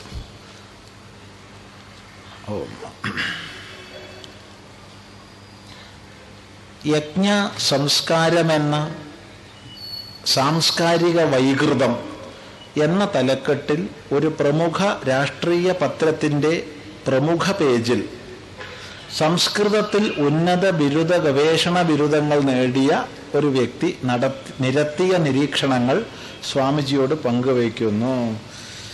ഇത് പങ്കുവെച്ച ആളൊരു ബുദ്ധിശാലി തന്നെയാ. കാരണം എന്താണെന്ന് ചോദിച്ചാൽ, നമ്മൾ പറഞ്ഞു ഒന്നിലധികം പ്രശ്നങ്ങൾ എഴുതിയ ആളുടെ ഒരു പ്രശ്നമേ വായിക്കുള്ളൂ, എന്നിട്ട് കടലാസ് ബാക്കിലേക്ക് വയ്ക്കും എന്ന് പറഞ്ഞു. ഇത് ഇങ്ങനെ ഒരു പ്രശ്നത്തിൻ്റെ ഉപശീർഷകമായിട്ട് 4 പ്രശ്നങ്ങൾ എഴുതിയിട്ടുണ്ട്. അതൊരു അപാര ബുദ്ധി തന്നെയാ. എന്തായാലും വായിക്കാം. വേദങ്ങൾ ഭീകരമായ ചതിക്കുഴികളാണ്. എന്താ പക്ഷെ നല്ലതല്ലേ? അങ്ങനെയും വേണ്ടേ ചിലതൊക്കെ. വേദങ്ങൾ ഭീകരമായ ചതിക്കുഴികളാണ്. നൂറ്റാണ്ടുകളുടെ ഇടവേളകൾക്കിടയിൽ വ്യത്യസ്ത സാമൂഹിക സാഹചര്യങ്ങളിൽ വ്യത്യസ്ത വർഗ താല്പര്യങ്ങൾക്കായി സൃഷ്ടിക്കപ്പെട്ടവയാണവ. വർഗരഹിതമെന്ന് പറയാവുന്ന ഋഗ്വേദ കാലഘട്ടവും വർഗപക്ഷപാതം ആത്മസത്തയാക്കിയ ചാതുർവർണ്ണാധിഷ്ഠിതമായ ബ്രാഹ്മണ കാലഘട്ടവും ഒരേ ആശയലോകമല്ല. ഇത് മറച്ചുവെച്ച് പുരോഗമനവാദികളടക്കം വൈദിക കാലഘട്ടം എന്ന് പ്രയോഗിക്കുന്നു. ഇതൊക്കെ ഒരു പഴയ ഭാഷയാണല്ലോ, ഇതൊരു പുതുമയില്ലല്ലോ. ഇതൊരു 80 കൊല്ലങ്ങൾക്കൊക്കെ മുമ്പ് വേദത്തെക്കുറിച്ച് പറഞ്ഞിരുന്ന ഭാഷകളായി ഇതൊക്കെ. വർഗപരം, വർഗപക്ഷപാതപരം എന്നൊക്കെയുള്ള പദങ്ങൾ അവനവന് നിരീക്ഷിക്കാം. സ്വാതന്ത്ര്യമുണ്ട്. നമ്മുടെ കണ്ണിനുപരി ഏതൊരു ആവരണം വെച്ചിട്ടുണ്ടോ അതിനനുസരിച്ച് സൂര്യന്റെ വർണ്ണം അനുഭവത്തിൽപ്പെടും. മഞ്ഞ കണ്ണട വെച്ചിട്ട് സൂര്യനെ നോക്കി മഞ്ഞയാണെന്നും നീല കണ്ണട വെച്ച് സൂര്യനെ നോക്കി നീലയാണെന്നും പറയുന്നവനോട് അല്ലാന്ന് പറയുന്നതിൽ അർത്ഥമില്ല. അങ്ങനെ തന്നെയാ സഹോദര, സന്തോഷം. അങ്ങനെ തന്നെയാ. കാരണം അവൻ ആ കണ്ണട അഴിക്കാൻ തയ്യാറല്ല. അവനോട് വെറുതെ പറഞ്ഞിട്ട് നമ്മുടെ സമയം പോക്കിയിട്ട് എന്ത് കാര്യം? അതുകൊണ്ട് അവനോട് നമുക്ക് പറയാനുള്ളത്, ശരിയാണ് നീ പറഞ്ഞത്, വളരെ ഗംഭീരായിട്ടുണ്ട്, മനസ്സിലാണ്, വർഗപരം തന്നെയാ, എന്താ വേണ്ടത് പോ. അതുകൊണ്ട് സ്വാമി അതിലേക്ക് ജനങ്ങൾ പോകരുത്. പോണെന്ന് വിചാരിക്കുന്നവന് പോയി നോക്കിയിട്ട് അവൻ സ്വയം തിരിച്ചറിയട്ടെ ആണോ അല്ലയോ എന്ന്. നീ പറഞ്ഞത് എന്തിനവൻ വിശ്വസിക്കണം? നമ്മുടെ ഏതെങ്കിലും ആചാര്യൻ ഏതെങ്കിലും ശാസ്ത്രത്തിൽ ശിഷ്യനോട് ഞാൻ പറഞ്ഞത് ഇതേപടി വിശ്വസിക്കണമെന്ന് പറഞ്ഞിട്ടുണ്ടെന്ന് കാണിച്ചു തരാമോ?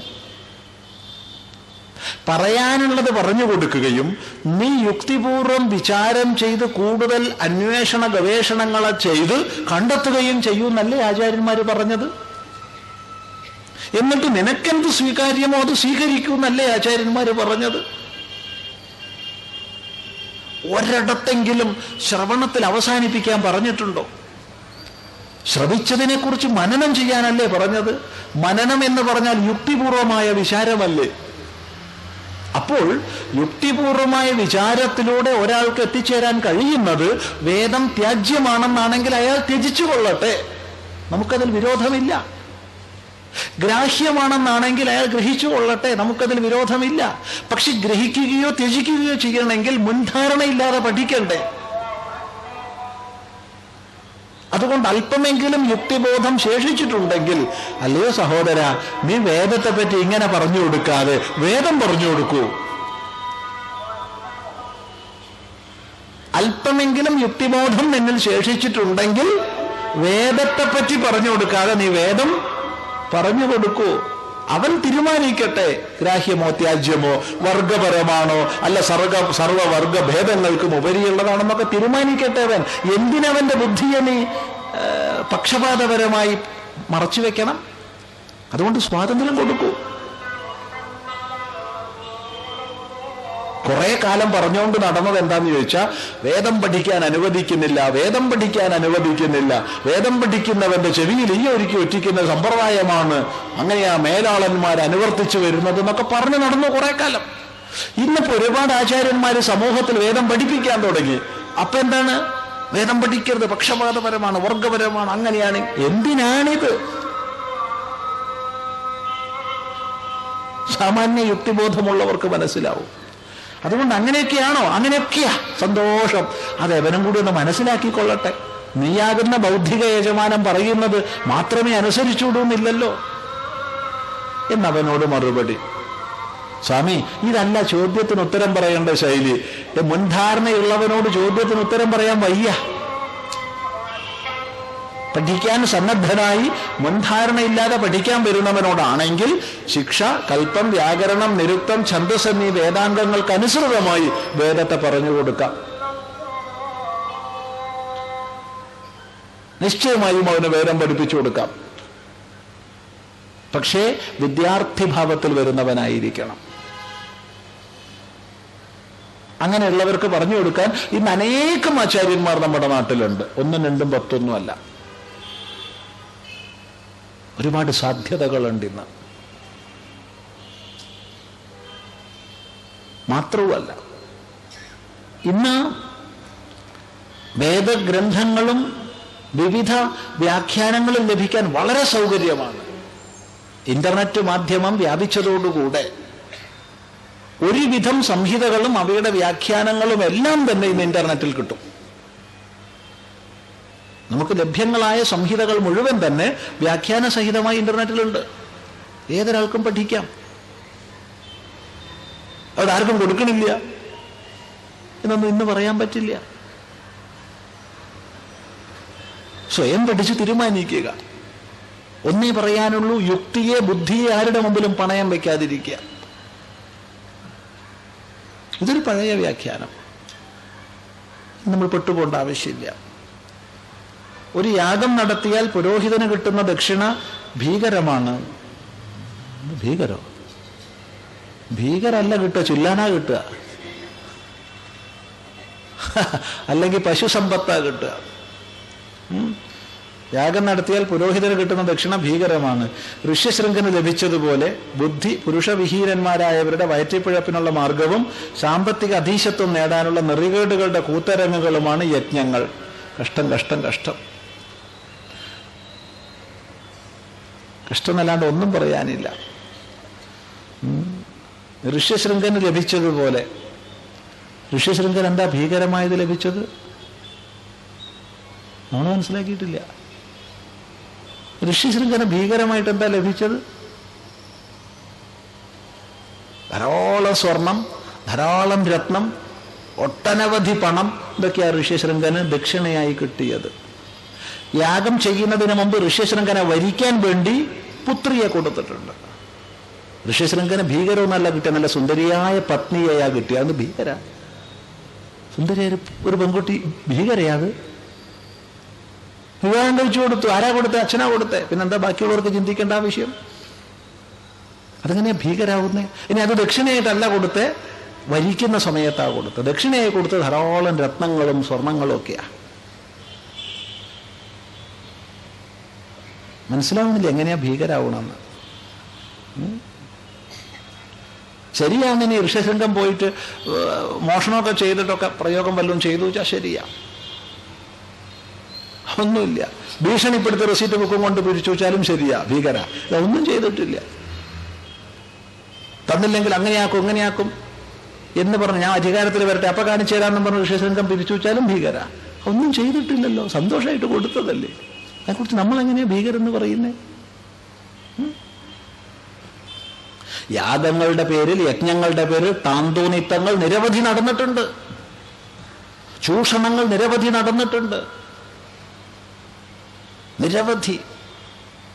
യാഗങ്ങൾ അങ്ങേയറ്റം ഹിംസാബഹുളമായി അധാർമികമായി അധപ്പതിച്ചിട്ടുണ്ട്, ഇല്ലെന്ന് നമ്മൾ പറയില്ല. പക്ഷെ അതിൻ്റെ പേരിൽ യജ്ഞം യാഗം എന്ന ശുദ്ധമായ സങ്കല്പത്തെ നിന്ദിക്കരുത്. എലിയുണ്ട് എന്നുള്ളത് കൊണ്ട് ഇല്ലം ചുടരുത്. ഒരു കാലഘട്ടത്തിൽ അങ്ങേയറ്റം യജ്ഞങ്ങൾ യാഗങ്ങൾ അധപ്പതിച്ചു എന്നുള്ളത് നമുക്കറിയാം. സ്വാർത്ഥമതികളായവരുടെ കയ്യിലൂടെ കടന്നു വന്നപ്പോൾ എല്ലാ മേഖലകളിലും അധപ്പതനം സംഭവിച്ചു. അതുകൊണ്ട് ശുദ്ധമായൊരു സങ്കേതത്തെ നമ്മൾ ഒരിക്കലും നിന്ദിക്കാൻ പാടില്ല. അതിനെ മാലിന്യങ്ങൾ നീക്കി മനസ്സിലാക്കാൻ സാധിക്കണം. അത് ശ്രദ്ധിക്കുക.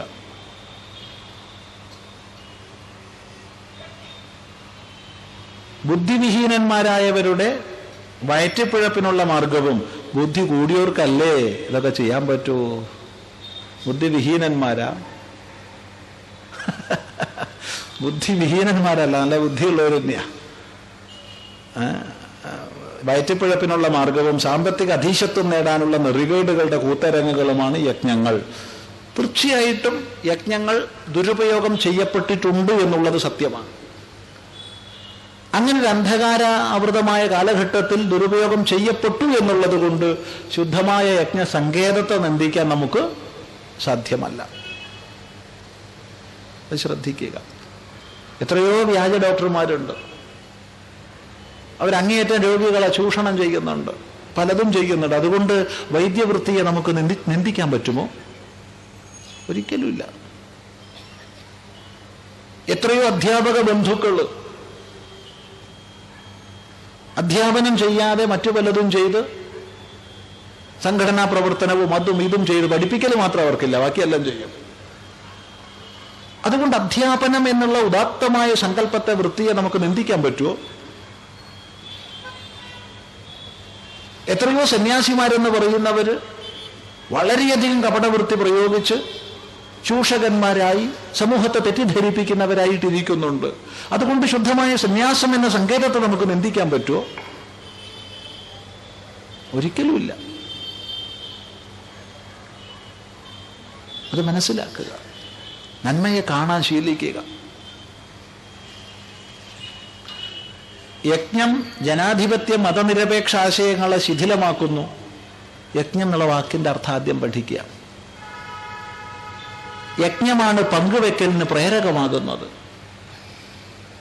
ഞാനും നീയും സഹവർത്തിത്വത്തോട് കഴിയുന്നവരാണെന്നും ഈ ജീവരാശികളും ബാഹ്യപ്രകൃതിയും സഹവർത്തിത്വം പുലർത്തേണ്ടതാണെന്നും അതുകൊണ്ട് നമ്മളെല്ലാം യജ്ഞശൃംഖലയിലെ കണ്ണികളാണെന്ന തിരിച്ചറിവോടുകൂടി പരസ്പരം ആദാന പ്രദാനങ്ങളിലൂടെ സഹകരിക്കണമെന്നും പഠിപ്പിക്കുന്നത് ജനാധിപത്യത്തിന് പോഷകമാണ്.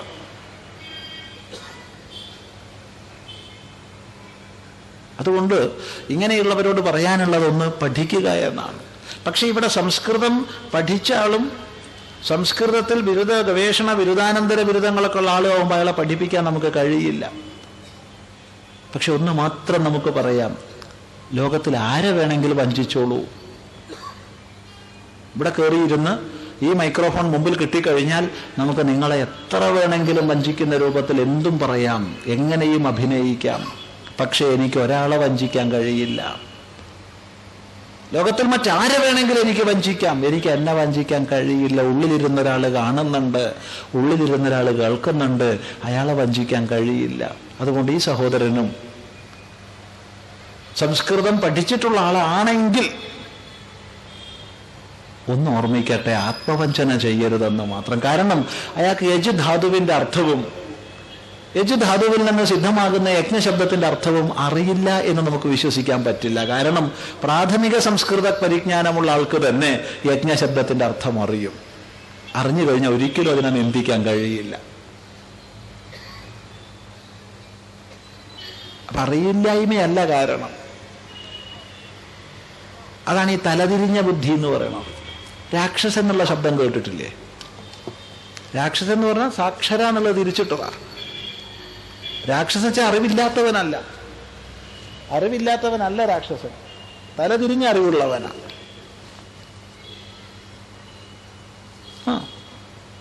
അറിവുണ്ട്, തിരിഞ്ഞറിവാ.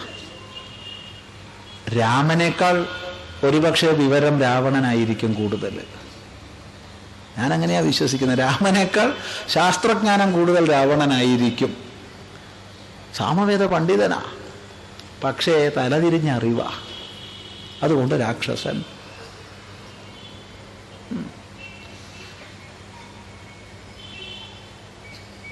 ഇടതുപക്ഷ മതനിരപേക്ഷ ജനാധിപത്യ പ്രസ്ഥാനങ്ങളിൽ നിന്ന് തൊഴിലാളി കർഷക ബഹുജനങ്ങളെ അകറ്റുക, ഐക്യം സഹകരണം ഇവ ഇല്ലാതാക്കുക, അന്ധവിശ്വാസങ്ങളിൽ മനുഷ്യനെ തളച്ചിടുക, ഇവയാണ് യജ്ഞസംസ്കാരം പുനരുദ്ധരിക്കാൻ പണമെറിയുന്ന ഫ്യൂഡൽ മൂലധന കോർപ്പറേറ്റുകളുടെ ലക്ഷ്യം. വളരെ സന്തോഷം, അവരവരുടെ ലക്ഷ്യത്തിന് പ്രവർത്തിക്കട്ടെ. നേരത്തെ പറഞ്ഞ ഇടതുപക്ഷ മതനിരപേക്ഷ ജനാധിപത്യ പ്രസ്ഥാനങ്ങൾ അത് വളർത്താനും പരിശ്രമിക്കുക. ആരോഗ്യകരമായൊരു മത്സരം സമൂഹത്തിൽ ഉണ്ടാവട്ടെ. രണ്ടു കൂട്ടരും ഈ പറഞ്ഞ രീതിയിലും മത്സരിക്കട്ടെ, അവരും മത്സരിക്കുക, അവനവൻ്റെ ആശയങ്ങളെ പ്രചരിപ്പിച്ചുകൊണ്ടിരിക്കുക. ആരോഗ്യകരമായ മത്സരം ഉണ്ടാവട്ടെ, അതല്ലേ നല്ലത്. ഇങ്ങനെയൊക്കെ തന്നെയാ. കുറേ പദങ്ങളുണ്ട്, ഫ്യൂഡൽ, മൂലധന, കോർപ്പറേറ്റ് എന്നൊക്കെ. അതൊക്കെ ആര് എന്ത് എങ്ങനെയെന്നുള്ള തലനാരിഴ കയറി പഠനത്തിന് നമ്മൾ സമയം ചെലവഴിക്കേണ്ട ആവശ്യമില്ല. പക്ഷേ അങ്ങനെയാണെന്ന് വരികിൽ സന്തോഷം. അപ്രകാരമുള്ളൊരു ആരോഗ്യകരമായൊരു മത്സരം നടക്കട്ടെ. ഏതിലേക്കാണോ ബുദ്ധിയുള്ളവർ യുക്തിയുള്ളവർ പ്രവേശിക്കുന്നത് അവർ പ്രവേശിക്കട്ടെ. കൂടുതൽ ചെറുപ്പക്കാരൊന്നിലേക്ക് പ്രവേശിക്കുന്നത് കാണുമ്പോൾ എന്തിനാ വ്യാകുലപ്പെടുന്നേ? അതിൻ്റെ ആവശ്യമില്ലല്ലോ. നല്ലതെന്നറിഞ്ഞ് സ്വീകരിക്കാനുള്ള സ്വാതന്ത്ര്യം അത് സമൂഹത്തിന് നൽകുക. അവൻ ഈ പറഞ്ഞ ഫ്യൂഡൽ കോർപ്പറേറ്റ് ചൂഷണത്തിലേക്കാണോ പോകുന്നത്? പോട്ടെ. അല്ല, എൻ്റെ ഉന്നതമായ ഈ ആദർശത്തിലേക്കാണോ? വരട്ടെ, സന്തോഷം. അതല്ലേ വേണ്ടത്. ചിന്തിക്കുക.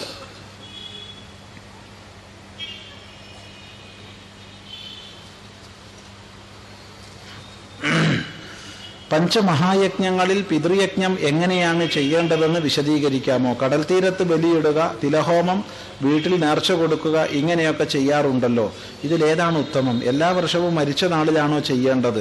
അതോ കർക്കിടകം തുലാം മാസങ്ങളിൽ കറുത്തവാവ് ദിവസമാണോ? തിഥി എന്നാൽ എന്താണ്? സന്ധ്യയ്ക്ക് നേർച്ച കൊടുക്കുമ്പോൾ മത്സ്യമാംസാദികൾ വെച്ച് കാണാറുണ്ട്. ഇത് ശരിയാണോ? ഒരു വീട്ടിൽ തന്നെ പലരും മരണപ്പെട്ടിട്ടുണ്ടാകുമല്ലോ. എല്ലാവർക്കും വെവ്വേറെ ദിവസങ്ങളിൽ തന്നെ കർമ്മം ചെയ്യണോ? അറിവില്ലായ്മ പൊറുക്കുക. പഞ്ചമഹായജ്ഞങ്ങളിൽ ഒന്നാണ് പിതൃയജ്ഞം, സംശയമൊന്നുമില്ല. പിതൃയജ്ഞം എന്ന് പറഞ്ഞാൽ പിതൃയജ്ഞസ്തു തർപ്പണം എന്നാണ് മനു പറയുന്നത്. പിതൃയജ്ഞം തർപ്പണമാണ്. തർപ്പണം എന്ന് പറഞ്ഞാൽ തൃപ്തികരമായ കർമ്മമാണ്. അപ്പോൾ ജീവിച്ചിരിക്കുന്ന അച്ഛനമ്മമാരെ സ്നേഹാദരപൂർവം ശുശ്രൂഷിക്കുക, അതാണ് തർപ്പണത്തിൻ്റെ ആദ്യ അംഗം. മരിച്ച ശേഷമല്ല, ജീവിച്ചിരിക്കുന്ന അച്ഛനമ്മമാരെ, അവരുടെ അച്ഛനമ്മമാരെ സ്നേഹാദരവുകളോടെ ശുശ്രൂഷിക്കുക. ഇതാണ് പിതൃയജ്ഞത്തിൻ്റെ ആദ്യ ഭാഗം, മുഖ്യഭാഗം. 2, മരിച്ചവരെ സംബന്ധിച്ച് ശ്രാദ്ധകർമ്മങ്ങൾ അനുഷ്ഠിക്കുക. മരിച്ചവരെ സംബന്ധിച്ച് ശ്രാദ്ധകർമ്മങ്ങൾ അനുഷ്ഠിക്കുക. ഇത് രണ്ടും വേണം. ഏതെങ്കിലും ഒന്നായാൽ പിതൃയജ്ഞാവില്ല.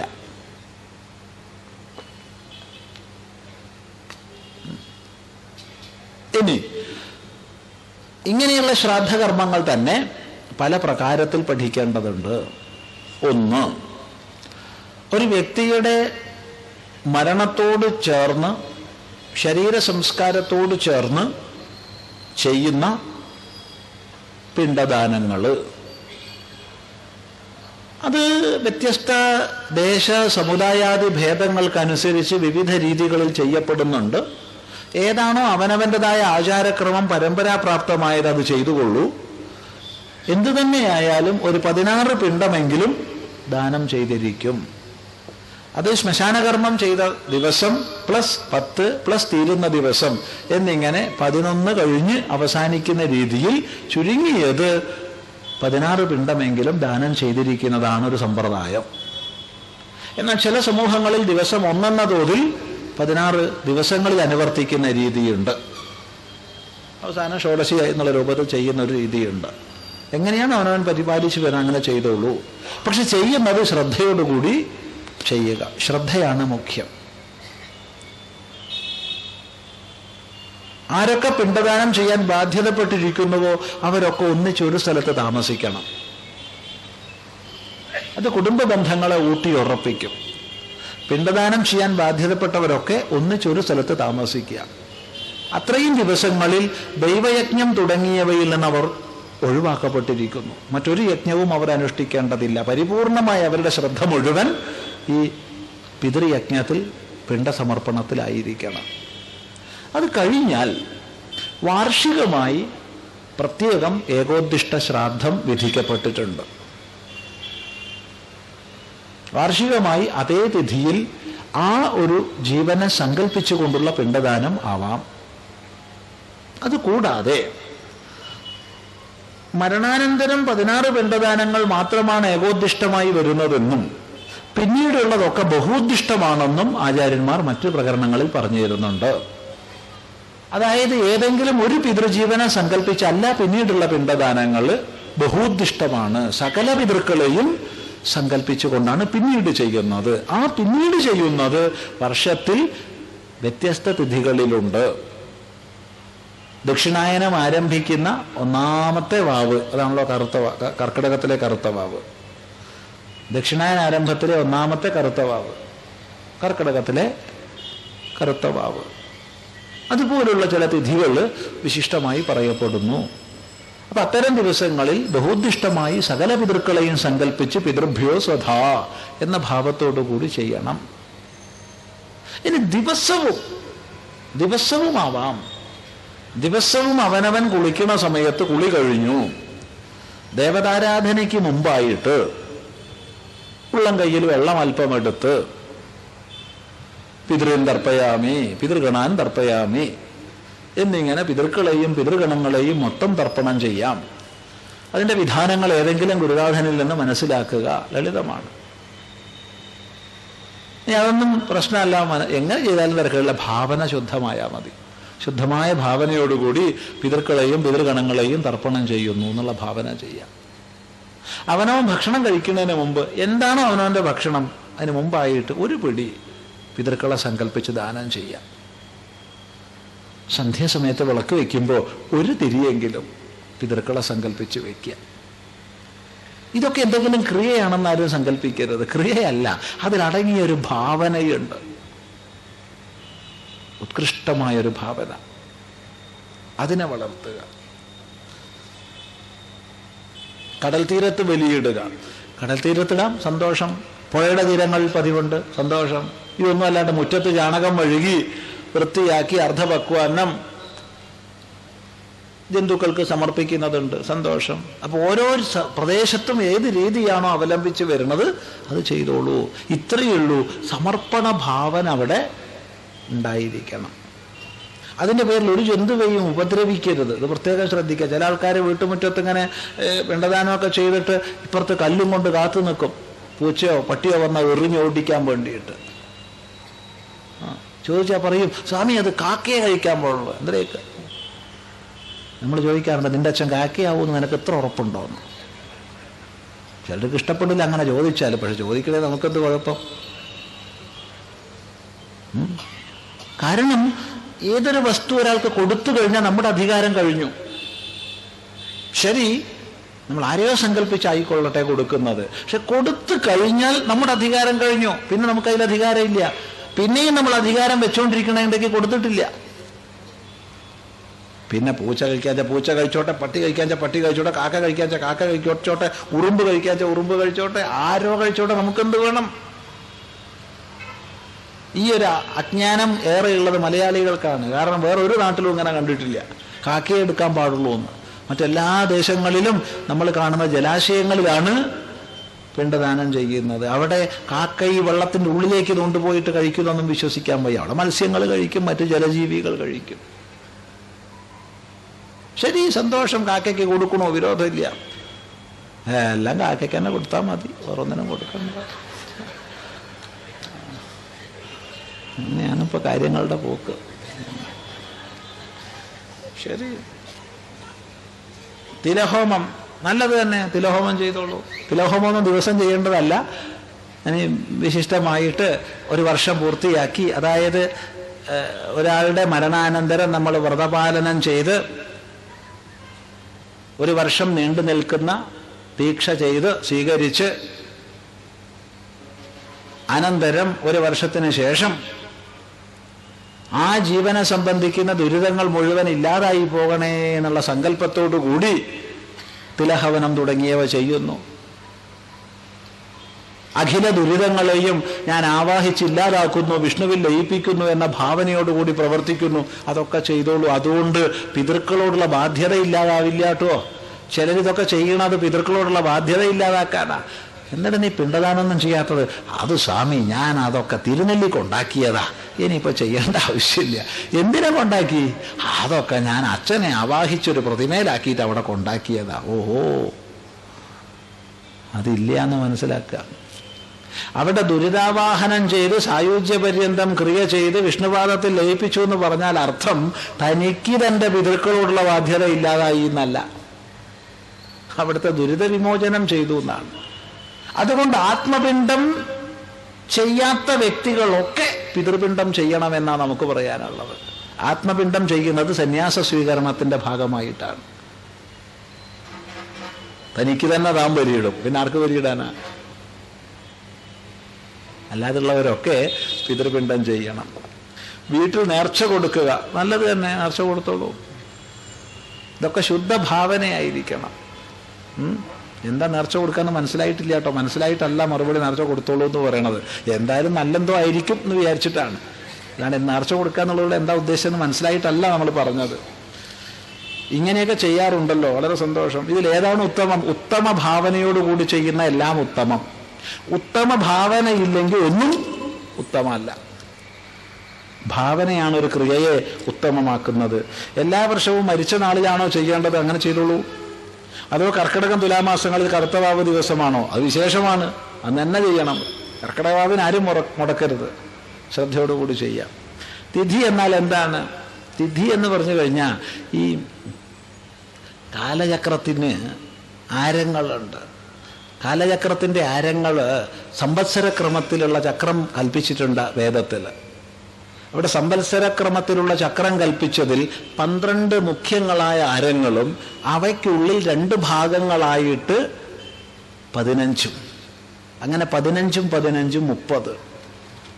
30 ചേർന്നത് ഒരു മാസം, അങ്ങനെ 12 മാസം ഒരു വർഷം എന്നുള്ളൊരു കാലസംവത്സരത്തിൻ്റെ ചക്രം നമ്മൾ കൽപ്പിച്ചിട്ടുണ്ട്. അതിൽ ഒരു ആരമാണ് ഒരു തിഥി. ഓരോ തിഥിയിലും ചന്ദ്രന് വൃദ്ധി വന്നുകൊണ്ടിരിക്കും, ക്ഷയം വന്നുകൊണ്ടിരിക്കും. വെളുത്ത വാവ് കഴിഞ്ഞാൽ പിന്നെ ഓരോ തിഥിയിലും ചന്ദ്രക്ഷയം സംഭവിച്ചുകൊണ്ടേയിരിക്കും. അങ്ങനെ ചന്ദ്രക്ഷയം സംഭവിച്ച് അവസാനം ചന്ദ്രൻ അദൃശ്യനാവും. പിന്നെ ഉള്ള ഓരോ തിഥിയിലും വൃദ്ധി വന്നുകൊണ്ടിരിക്കും. പിന്നെ വീണ്ടും പൗർണമിയിലെത്തും. അപ്പൊ ചുരുക്കി പറഞ്ഞാൽ നമ്മൾ ഇന്നത്തെ കണക്കിന് ഒരു ദിവസം എന്ന് പറയാം ഒരു തിഥിയെ. ഒരു തിഥിയാണ് ശാസ്ത്രീയമായിട്ടുള്ള ദിവസം. പ്രഥമ മുതൽ അങ്ങോട്ട് ദ്വിതീയ, തൃതീയ, ചതുർത്ഥി. മുമ്പൊക്കെ സന്ധ്യയ്ക്ക് നാമം ജപിച്ചു കഴിഞ്ഞാൽ പിന്നെ തിഥി എണ്ണണം, നക്ഷത്രങ്ങൾ പറയണം, മാസം പറയണം. ഇതൊക്കെ പറഞ്ഞാലേ കഞ്ഞി കിട്ടൂ. ഇന്നിപ്പോൾ തിഥി എന്താണെന്ന് ചോദിച്ചാൽ ഇന്നിപ്പോൾ നാട്ടുകാരൊക്കെ അതിഥികളായിരിക്കുക. തിഥി ഇല്ലാത്തവർ അതിഥി എന്നായിരിക്കുക. ശരി. മത്സ്യമാംസാദികൾ വെച്ചു കാണാറുണ്ട്. എവിടെ? സന്ധ്യയ്ക്ക് നേർച്ച കൊടുക്കുമ്പോൾ. അതെയോ? എന്നിട്ട് ഇത് ശരിയാണോ? ശരിയാന്നല്ലേ ഇപ്പൊ പറയണത്? മത്സ്യമാംസാദികൾ വെച്ച് കാണാറുണ്ട് എന്ന് പറഞ്ഞാൽ പിന്നെ ശരിയാണോന്ന് ശരിയാണെന്നുള്ള മനസ്സിലാക്കേണ്ടത്.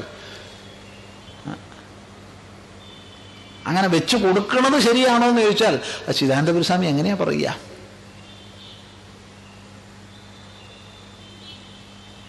നമുക്ക് ഇഷ്ടമുള്ള വസ്തുവാണല്ലോ നമ്മൾ മറ്റൊരാൾക്ക് കൊടുക്കുക.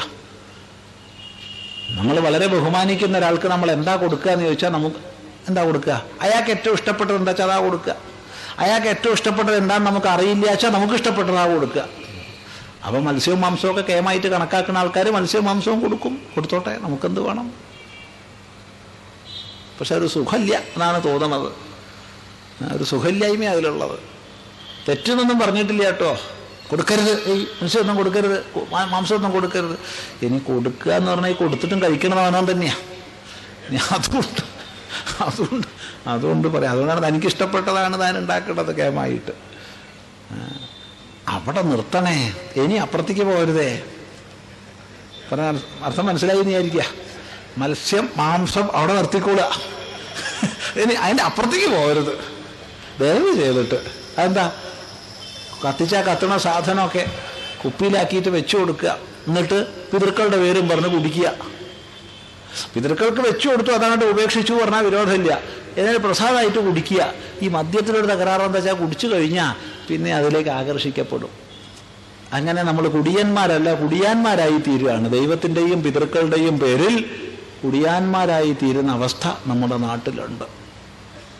ദയവ് ചെയ്ത് പിതൃക്കളുടെ പേരിലായാലും ദൈവങ്ങളുടെ പേരിലായാലും മദ്യത്തെ പ്രോത്സാഹിപ്പിക്കരുതേ എന്ന് പറയുന്നു.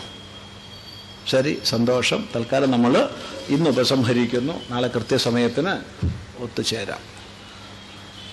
ഓം ഗുരുർബ്രഹ്മ ഗുരുർവിഷ്ണു ഗുരുർദേവോ മഹേശ്വരഃ ഗുരു സാക്ഷാത് പരം ബ്രഹ്മ തസ്മൈ ശ്രീ ഗുരവേ നമഃ.